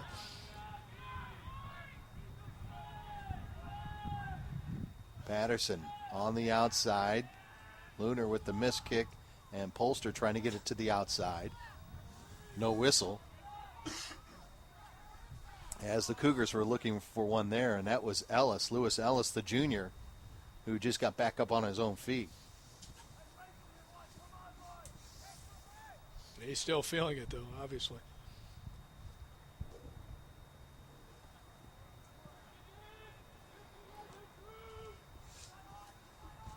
Reed Patterson trying to get the Ramblers in the attack zone, but here comes the Cougars on the counterattack. And here comes a header, and it's a goal for the Cougars as Jabari Danzy comes up with the ball and heads it in for our first goal of today's match. Danzy coming off the Player of the Week honors with the goal against Missouri State for the winner last week, and he gives the Cougars the 1-0 lead. Well, Danzy had tested Dobrowolski in the first half of play. This time he's successful as he beats him to the loose ball. And it's Gab Christensen who does lift the ball over the Loyola defense into Danzy's run. Danzy just very quickly wins that race to the ball, flicks it through. Quick. Yeah, he did show quickness off the mark to beat the goalkeeper, Dobrowolski, to that loose one. And the Cougars have taken the lead here early in the second half. A good jumping ability by Danzy, too, to get his head to it just before the onrushing goalkeeper, Tim Dobrowolski. There you get our goal summary, brought to you by Casey's General Store. Casey's, famous for pizza. Now, Loyola on the attack. And we get a whistle. What do we get, an offsides call here again? Yes. But, it was Christensen who was in the mix-up, the melee with Howe just before then. But he showed the rougher edges in that mix-up with Howe. He showed a little more delicate touch in the setup for the goal there for Danzy. A nicely lifted pass over the top of the Loyola defense to set up the goal. Christensen showed some real skill there. Garcia, Enrique on the carry. Garcia trying to take it to the outside. Garcia trying to outrun the defender, and a good collapse defensively by the Cougars. And they'll get the clear here. Yeah, Enrique Garcia, he's kind of sneaky fast. He is. He doesn't look that fast, but all of a sudden he's going past people. But again, we saw right there Garcia on the attack with the white jerseys coming in and getting some of their defenders some help there. Well, I think they've recognized that he's kind of the engine, Garcia is, of the Loyola midfield, the creative force. And here he is right here to Lunar. Lunar. Now Knock on the cross. And we'll get our fourth corner of the match for the Loyola Ramblers with 33 minutes left in this second half. Cougars on the Danzy goal lead it 1-0. Nice little move by Knock there to create the danger that created this corner. And a shot by Howe, deflected. And now Garcia. Onside. Here's Howe with the shot, and that one just goes wide. Well, Loyola's trying to strike back. Good pressure. Right off the bat here to even it. Putting some pressure on here. Knock, good moves in the penalty area beforehand. And here's some pressure as well by Loyola as they now need to pull back into this one after kind of a quick goal by SIU. They did not have a lot of possession right before that. The Cougars kind of created that out of nowhere, but a nice pass by Christensen. Yeah, I keep wanting to call him Gustafson. Christensen. Gab Christensen. Ledbetter will catch up with this. Touch it over to Lane. We've called his name a lot here in this match. And now the counterattack. Bergstrom, double team, somehow still has possession now and finally loses it. And here comes the Cougars. Nice give and go from Christensen there. Now a pass up ahead. Here's Valesky on the break and the whistle. He must have been offside just by a shade. I don't think Kalish. He put that one in the fifth gear, didn't he? I don't think Kevin Kalish agreed with the call there. There you get a shot of Christian Valesky. Again, only a junior. Another year to go in Edwardsville for the Cougars. Yeah, we don't have the best angle there, but I thought Valesky might have been on there. But obviously we're not in the ideal position here in the press box.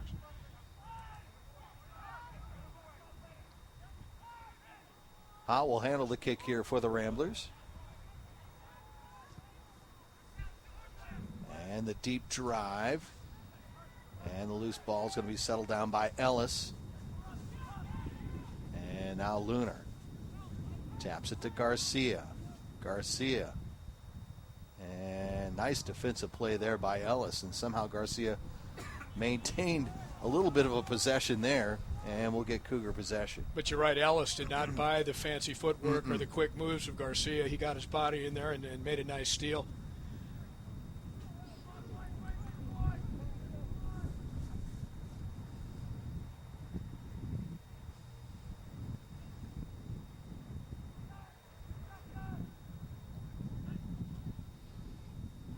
And the possession to the Cougars.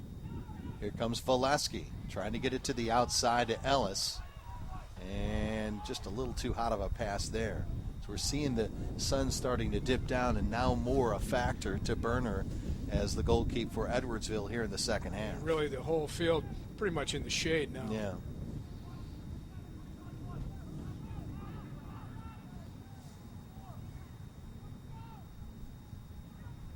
And here's Garcia. And again, another terrific defensive play by the Cougars. Yeah, Bauman. Here's Howe going up against Valesky. And Ellis came up to help out. Loyola retains possession here as we're under 30 minutes left in this second half of play. The winner moves on to the semifinals of the Missouri Valley Conference Men's Soccer Championships here at Shea Stadium in Peoria, Illinois. The winner here will play Missouri State on Friday evening.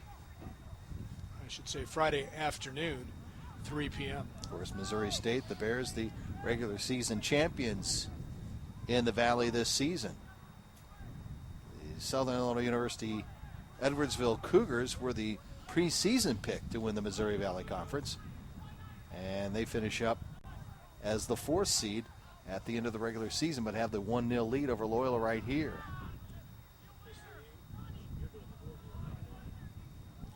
And Berner handles that attempt by Loyola. And Berner, as we mentioned, another terrific season for the Cougars. Last year's goalkeeper of the year in the Missouri Valley Conference.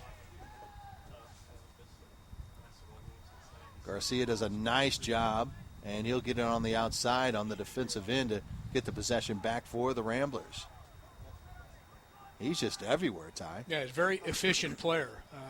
Doesn't make a lot of noise, but he's in the right place at the right time, and he rarely gives up possession.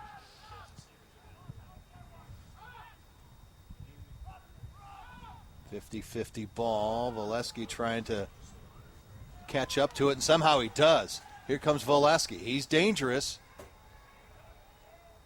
Well, you can see there what a physical force he is. Oh, my gosh. He just forced his way right through. And the speed. Yeah, nearly broke through. And now they look like they wanted to try to reverse the field, but here's Bergstrom for the Ramblers. Nice job. This is Daniel Hare And Daniel will get it to Howe. And they'll get it over to Grander. Now back to Howe. Yeah, he was pushed, but they're playing Polster. advantage. They're Yeah. playing. And now that pass just a little too far ahead. And Hare somehow catches up with it. But Cougars are there defensively. Here's Danzy. He has the lone goal in this match. Good defensive play by Howe there just to get his foot to it, because Danzy was looking for the return pass from Lewis.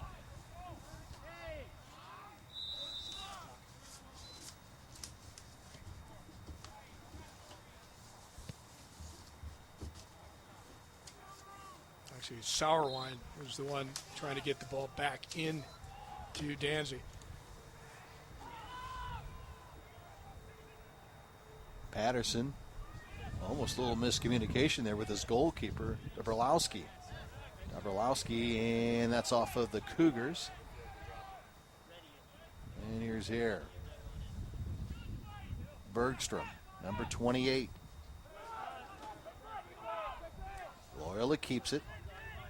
And we'll see now as we're nearing that midway mark of this second half of play how much the tempo picks up from the Ramblers, trailing 1-0 here in the second half of play.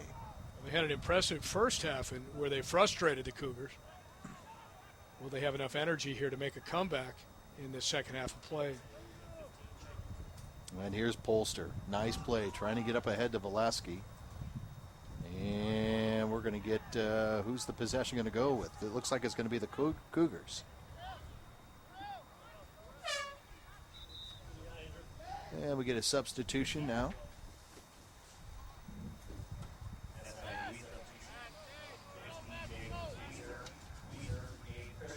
Jacob Weiser, number 15, the sophomore midfielder from St. Louis, will come in for Gabe Christensen. Christensen, of course, involved in a little bit of that tie-up there in this second half of play with Howe. And also assisting on the goal for the Cougars, scored by Danzy.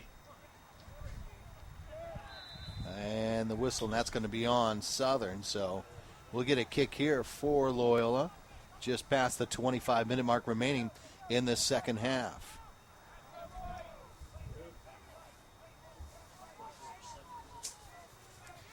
I think Loyola has the height advantage overall on these high balls coming into the box. Let's see if they can take advantage. Well, not with that kind of kick. No. How many free kicks have we seen today, Ty, that have just, whether you're with or against the wind, that have just been completely... Yeah, only a couple of them have really been on the mark in a dangerous area. And you'd think on a dead ball, that's almost inexcusable. Exactly. You've got everything in your favor and have the chance to line it up.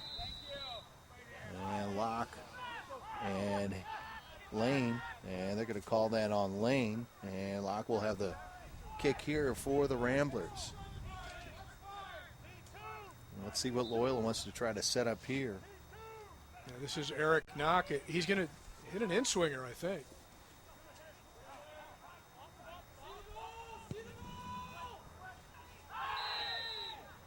Yeah, high boot. Yep, dangerous kick, and so we'll get the Cougars to get the kick here in this second half of play.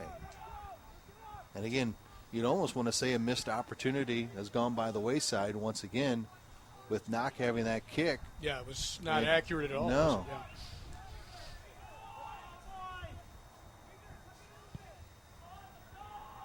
Berner drives this one.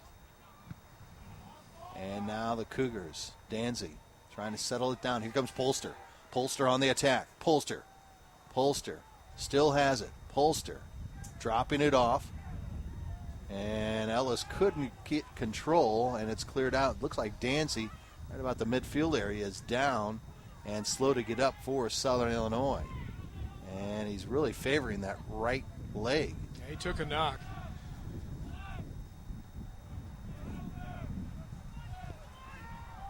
And you know, when you wind up getting hit in a match like this with the weather conditions, especially as cold as it is. It always hurts more, doesn't it? Takes a little bit more time to shake that baby off. Ellis slides it over. And great play defensively again by Loyola. They've done that an umpteen number of times here in today's match. Now Bergstrom on the carry. Bergstrom. And somehow, a great defensive play by Sauerwein gets it over to Danzy. Danzy trying to slide it over to Valesky. Valesky's onside. Valesky has a chance. Valesky is shot. Goal! Cougars up 2-0 at the 22:02 mark. What a beautiful pass by Danzy to set up Valesky for his 6th goal of the season. Wow.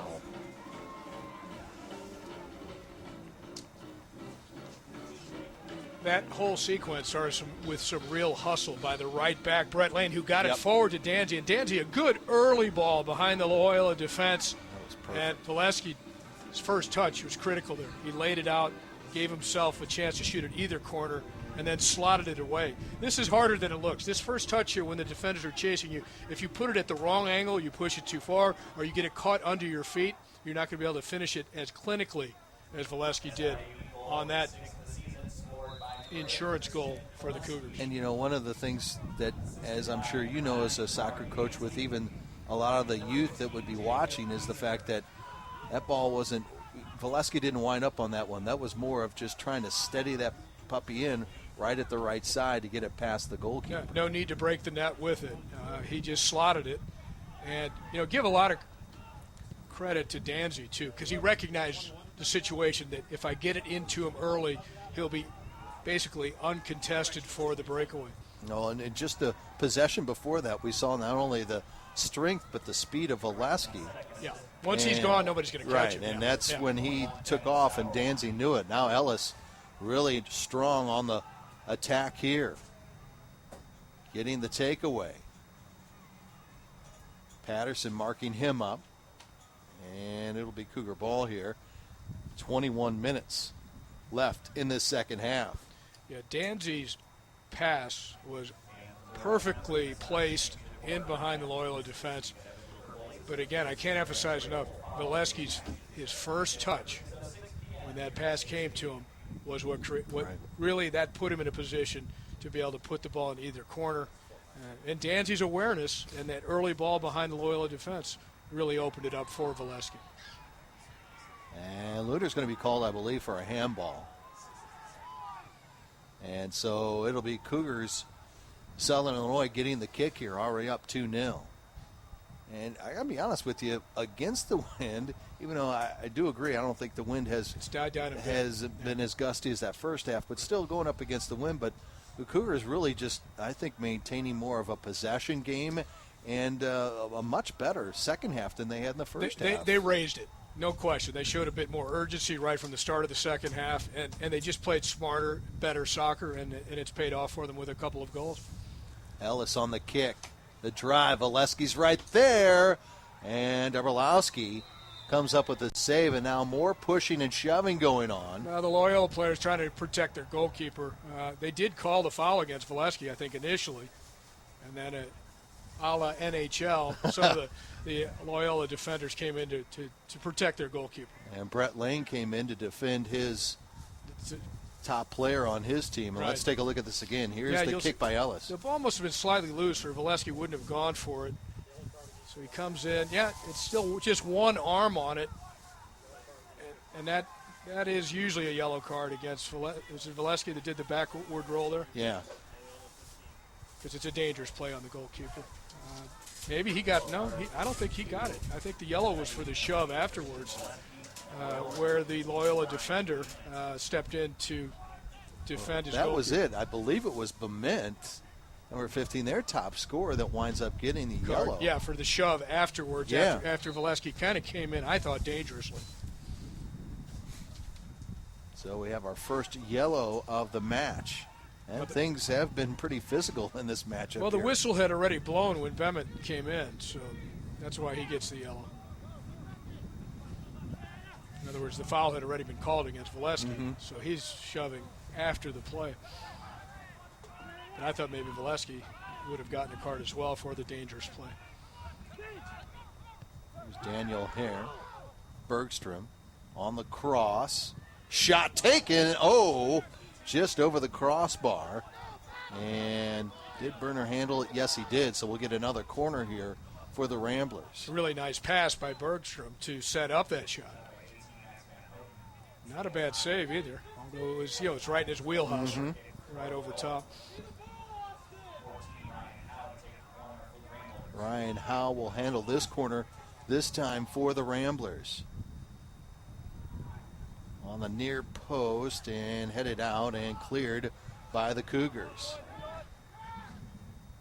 Lunar, long drive, and it's handled there by Burner. Yeah, nice job by Burner. Again, he's pretty commanding when he comes off of his line to grab those high balls. Good confidence there.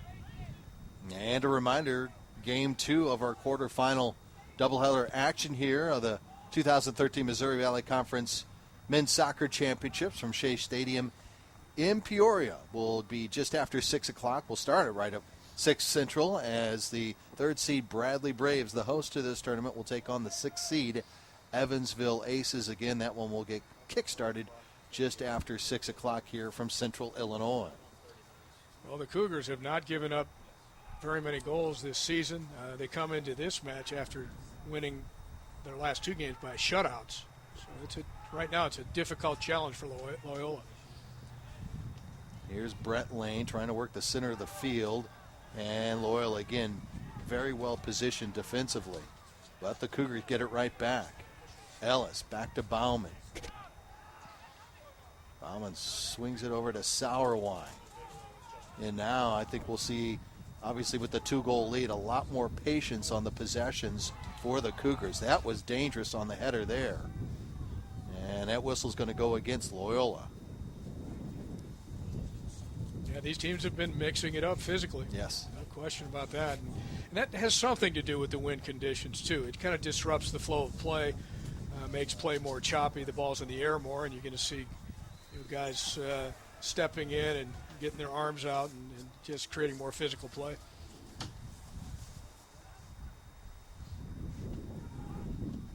There's Danzy with the header, and looks like he almost was trying to find Polster on that far side coming in. Interesting play there on that kick by the Cougars. Yeah, Danzy, he got in the air, and I think maybe the cross was a little bit behind him, so he wasn't able to direct it on goal. And then I think as an afterthought or as a second thought, was kind of hoping Valesky was over there. Dane Bergstrom, the sophomore from St. John's, Michigan, checks out of the game for the first time as he is replaced by Eric Knock.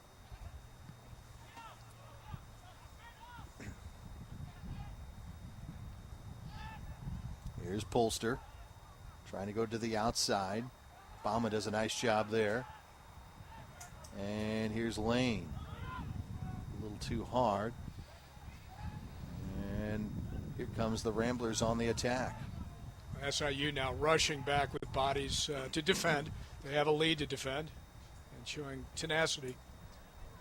Coming back and closing up, plugging up the holes so that Loyola cannot counterattack.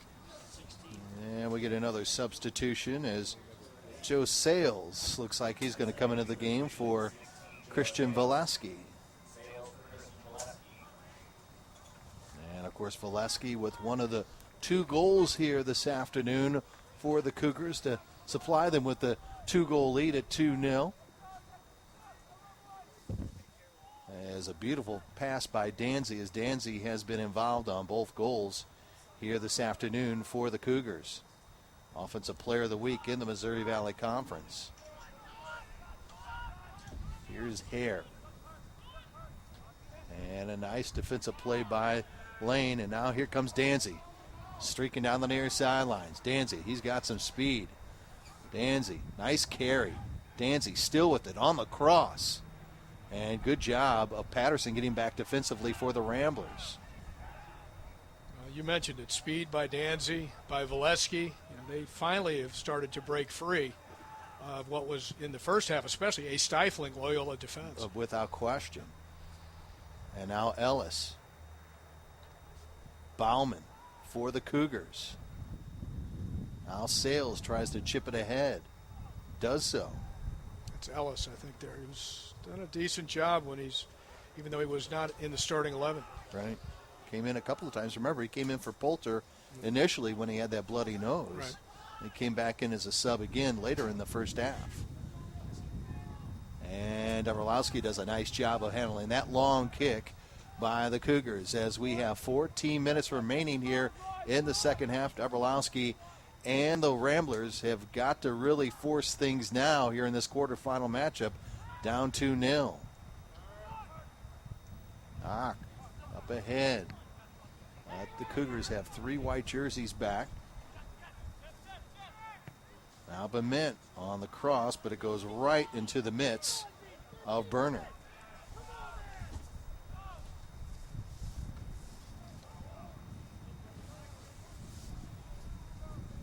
And there you get a shot at John. Again, a senior from St. Louis. 7-8-2 the record as he played in every minute of the Cougars' matches this season. 2012 goalkeeper of the year in the Missouri Valley Conference. 6 shutouts this season for Southern. Another substitution is Jason Hackett will come in, as you see, taking a breather. Jabari Danzig, what an outstanding match he had here this afternoon for Coach Kalish. So with the lead at least safely in hand so far for the Cougars, they're going to rest the guys that created their offense today.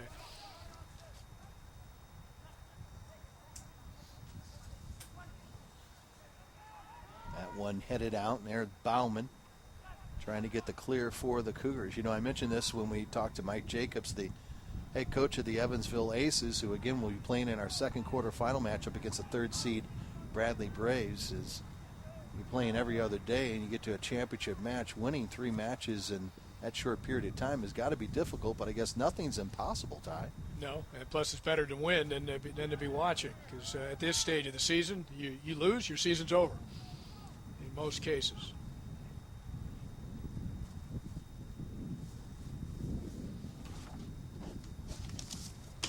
And speaking of that championship game, you can catch the title match for the Missouri Valley Conference Men's Soccer Championship this Sunday, November 17th, with the winner receiving the league's automatic bid to the NCAA tournament. Please note, this match will not be seen on Valley Live. Coverage will begin at 1 o'clock Central Time on Fox Sports Midwest, Indiana, and Kansas City, Fox College Sports, Comcast Sportsnet Chicago, and ESPN3. The match will also be seen on a tape delay basis on Comcast Sportsnet Chicago at 7 o'clock Sunday night. Please check your local listings for the channels in your area.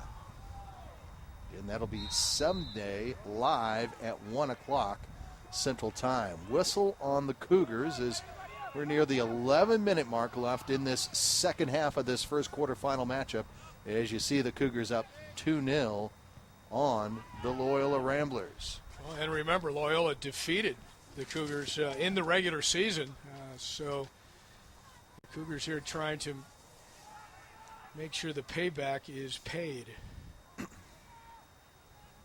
Cougars made it to the title match last year, but fell short. Of course, a storied program for SIU Edwardsville for many, many years. I believe the 1979 NCAA Division I champions, if memory serves me right.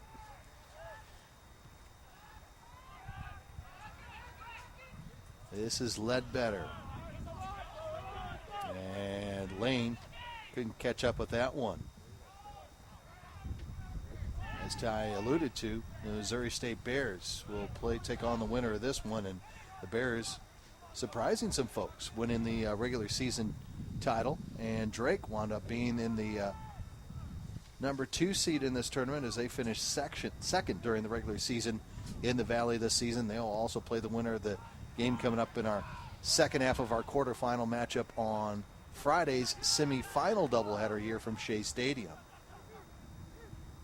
Knock drops it back, and play on here as we're under 10 minutes left in this second half.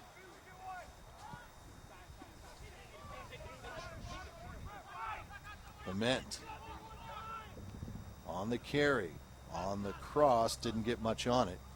And we'll get the kick here for the Southern Illinois University Edwardsville Cougars. Well, if Loyola's going to make their comeback, that first one's got to come soon. Yeah, real soon, my friend.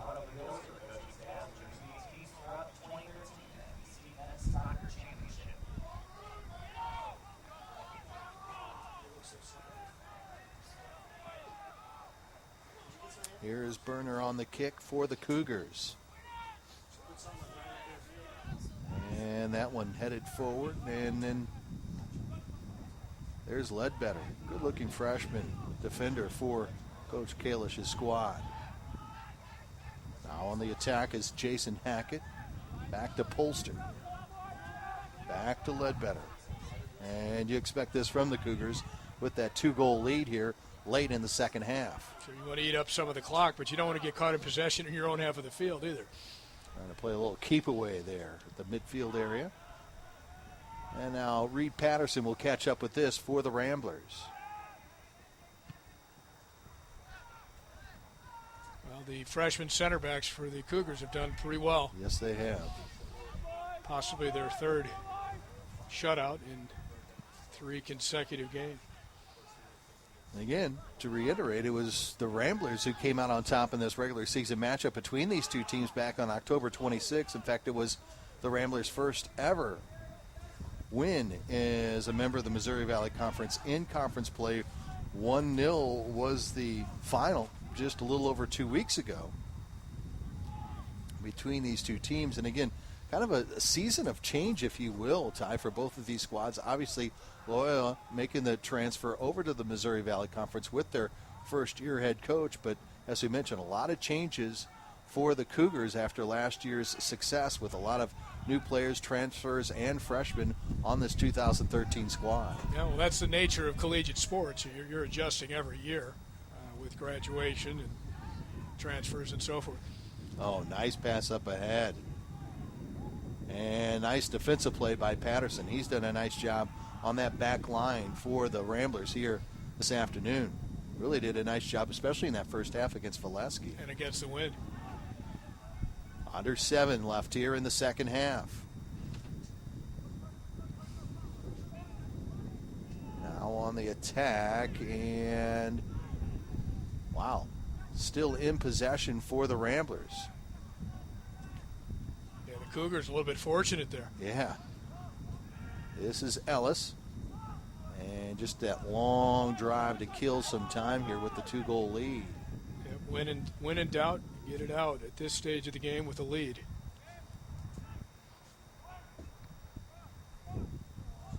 And we got an offsides call on the attack for Loyola. That's what, the second or third offsides call I think we saw in the second half for the Ramblers, who just like Southern did in the first half, didn't take advantage of having that strong gust of wind behind them, even though probably not as mean of gusts, if you will, we saw in the first half, comparatively speaking, to the second half. But still, they just really weren't able to take advantage. They had a little bit of a pressure, at least in the early stages of the second half, but the Cougars really, like you said, Ty, took it to another level here in the second half of play. Yeah, they did raise it, and it has paid off. But if you'd have told anyone before the start of this game that neither team would score with the Wind, I think you'd have made some money on that bet. I think you're exactly right. A lot of money. Not like we're condoning that or anything. Yeah, neither team with the Wind able to score. And trying to get it up ahead, and we'll get Loyola on the possession as we near the 5-minute mark left in this second half of play, as the Cougars from Southern Illinois looking to go to even 500 and pick up their 8th win of this 2013 campaign.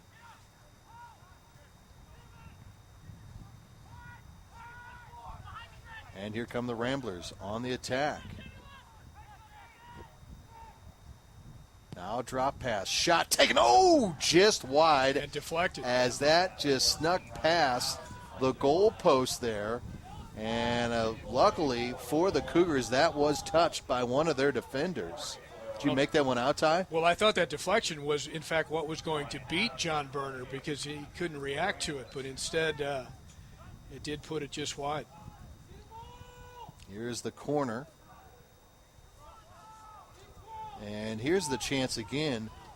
And good approach play, and a nice little layoff here. Yeah, watch the shot, and then that deflection, I thought was going to put it in, but it's still about, a foot wide? Yep. And another shot taken, and that one goes wide, and there you see hard to the ground there is Brian Bement. Yeah, the Cougars living dangerously here. Yes, no kidding. Another big chance for Loyola to get back in this one, even though the clock is working against them. Look at that. Oh. Now, Berner might have had that covered, but he still, as the attacker, Bement has to put that on target, doesn't it? Whew. So close. He hooked it wide. Best pressure, I think, of the entire match for the Ramblers right now. Yeah, exactly.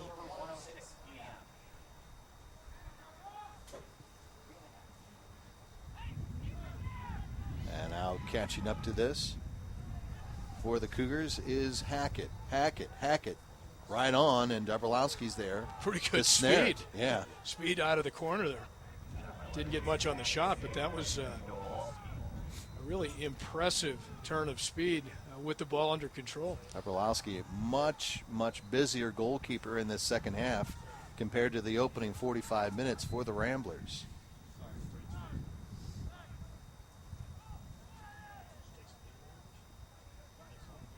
And Loyola retains possession. Under 3 minutes left. Lunar inside, headed out, and another whistle. Yeah, a foul behind the play, going out in, called against Loyola. And there you see Brett Ling, number 22, young man who's had an outstanding match, the redshirt sophomore from right here in Peoria, Illinois. And as we talked about before, a young man who has quite some speed. We've seen him sprint down the near sidelines on a couple of different occasions in today's match. Yeah, you want your defenders to know how to defend and tackle, but it's a bonus if they can get forward in the attack like he does. Now the Ramblers trying to get an attack here. Winding down the last 2 minutes. Hare gets tripped up, and there's Lane. Brett drives this one all the way back down. And now Loyola will settle it, chip it up ahead, and they keep it alive. Here's Knock. Eric trying to cross. Eric, God, header. Oh, what a save by Berner. Lunar again with an opportunity. Man, what a save by Berner. Pressure still on by Loyola. Header out. Knock couldn't come up with it, and we get another whistle. Free kick going in. I'll tell you what, this Loyola team has not quit. No, they have not. Man, oh man, what some missed opportunities here in the last couple of minutes for the Ramblers. Yeah, good reaction save by Berner off the header, too. I mean, he got his hand up just in time. Cougars set up the wall. Knock looks like, will he take the kick? Yep. Eric, and it's blocked up in front. Now Hare with the left. And we're under a minute left in the second half. Ramblers still with the pressure. And now partially broken. This is Howe. Up ahead for Loyola. Now inside. Pressure broken by the Cougars. Howe keeps on the pressure. And then that 50-50 ball. Nice job by Southern to clear it out there as we're back to 30 seconds remaining in this first quarterfinal. 2-0, Cougars with the lead. Yeah, I'd have to say Loyola really a bit unlucky not to have scored at least one goal, particularly in the last 6 or 7 minutes. They put a lot of pressure. Huge opportunities. Maybe wasted opportunities when they've really had some great shots right on that. Berner right there aggressively getting it loose. Lunar taps it back. Berner trying to get in, and the Ramblers get on the board with just 5 seconds remaining. Well, they deserved it for the amount of effort they put in at the end and all the pressure. But it was a bad mistake by Berner. Berner dropped the ball. He did. Essentially a gift to Loyola to at least get them on the board. So no shutouts for the Cougars and John Berner. Berner just let the ball loose after he already had snared it. Loose ball, scramble, eventually put in not a pretty goal. There were some better and much more aesthetic chances by Loyola that didn't go in. And Bement will be credited with his 8th goal of the season.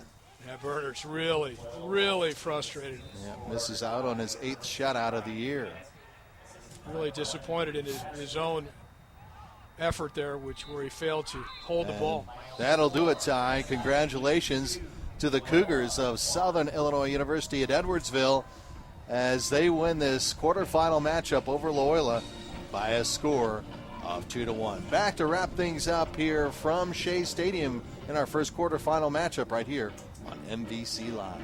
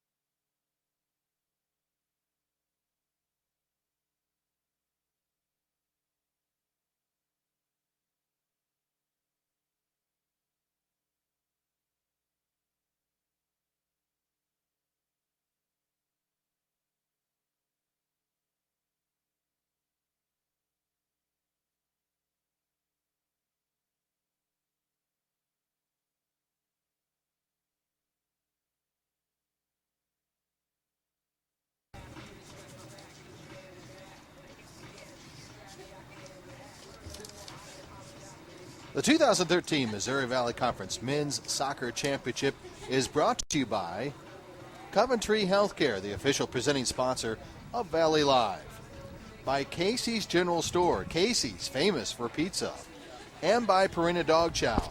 Help keep him strong, Dog Chow strong.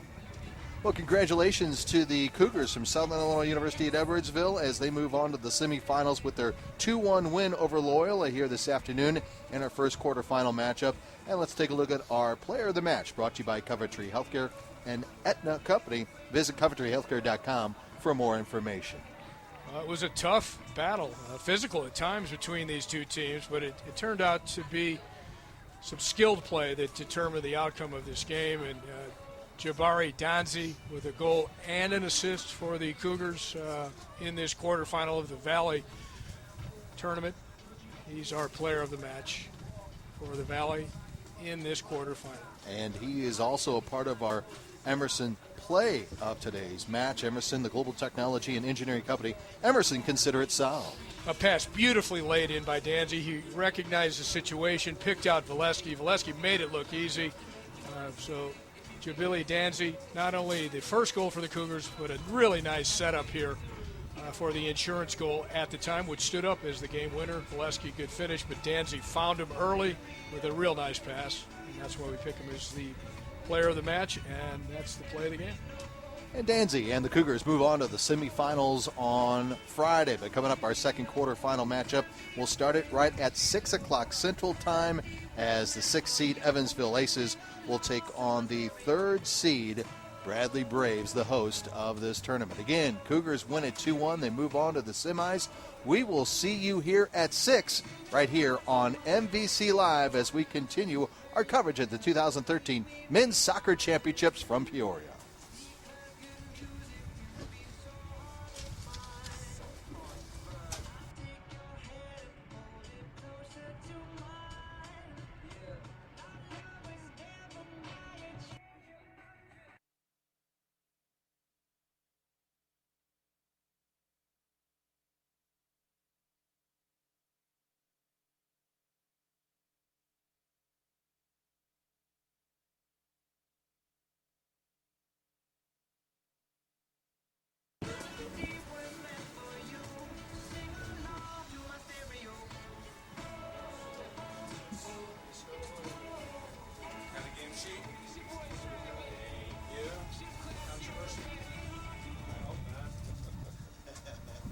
No, it looks like they're too angry up here. Controversy. Where is he? SIUE 8. Yep, those are right.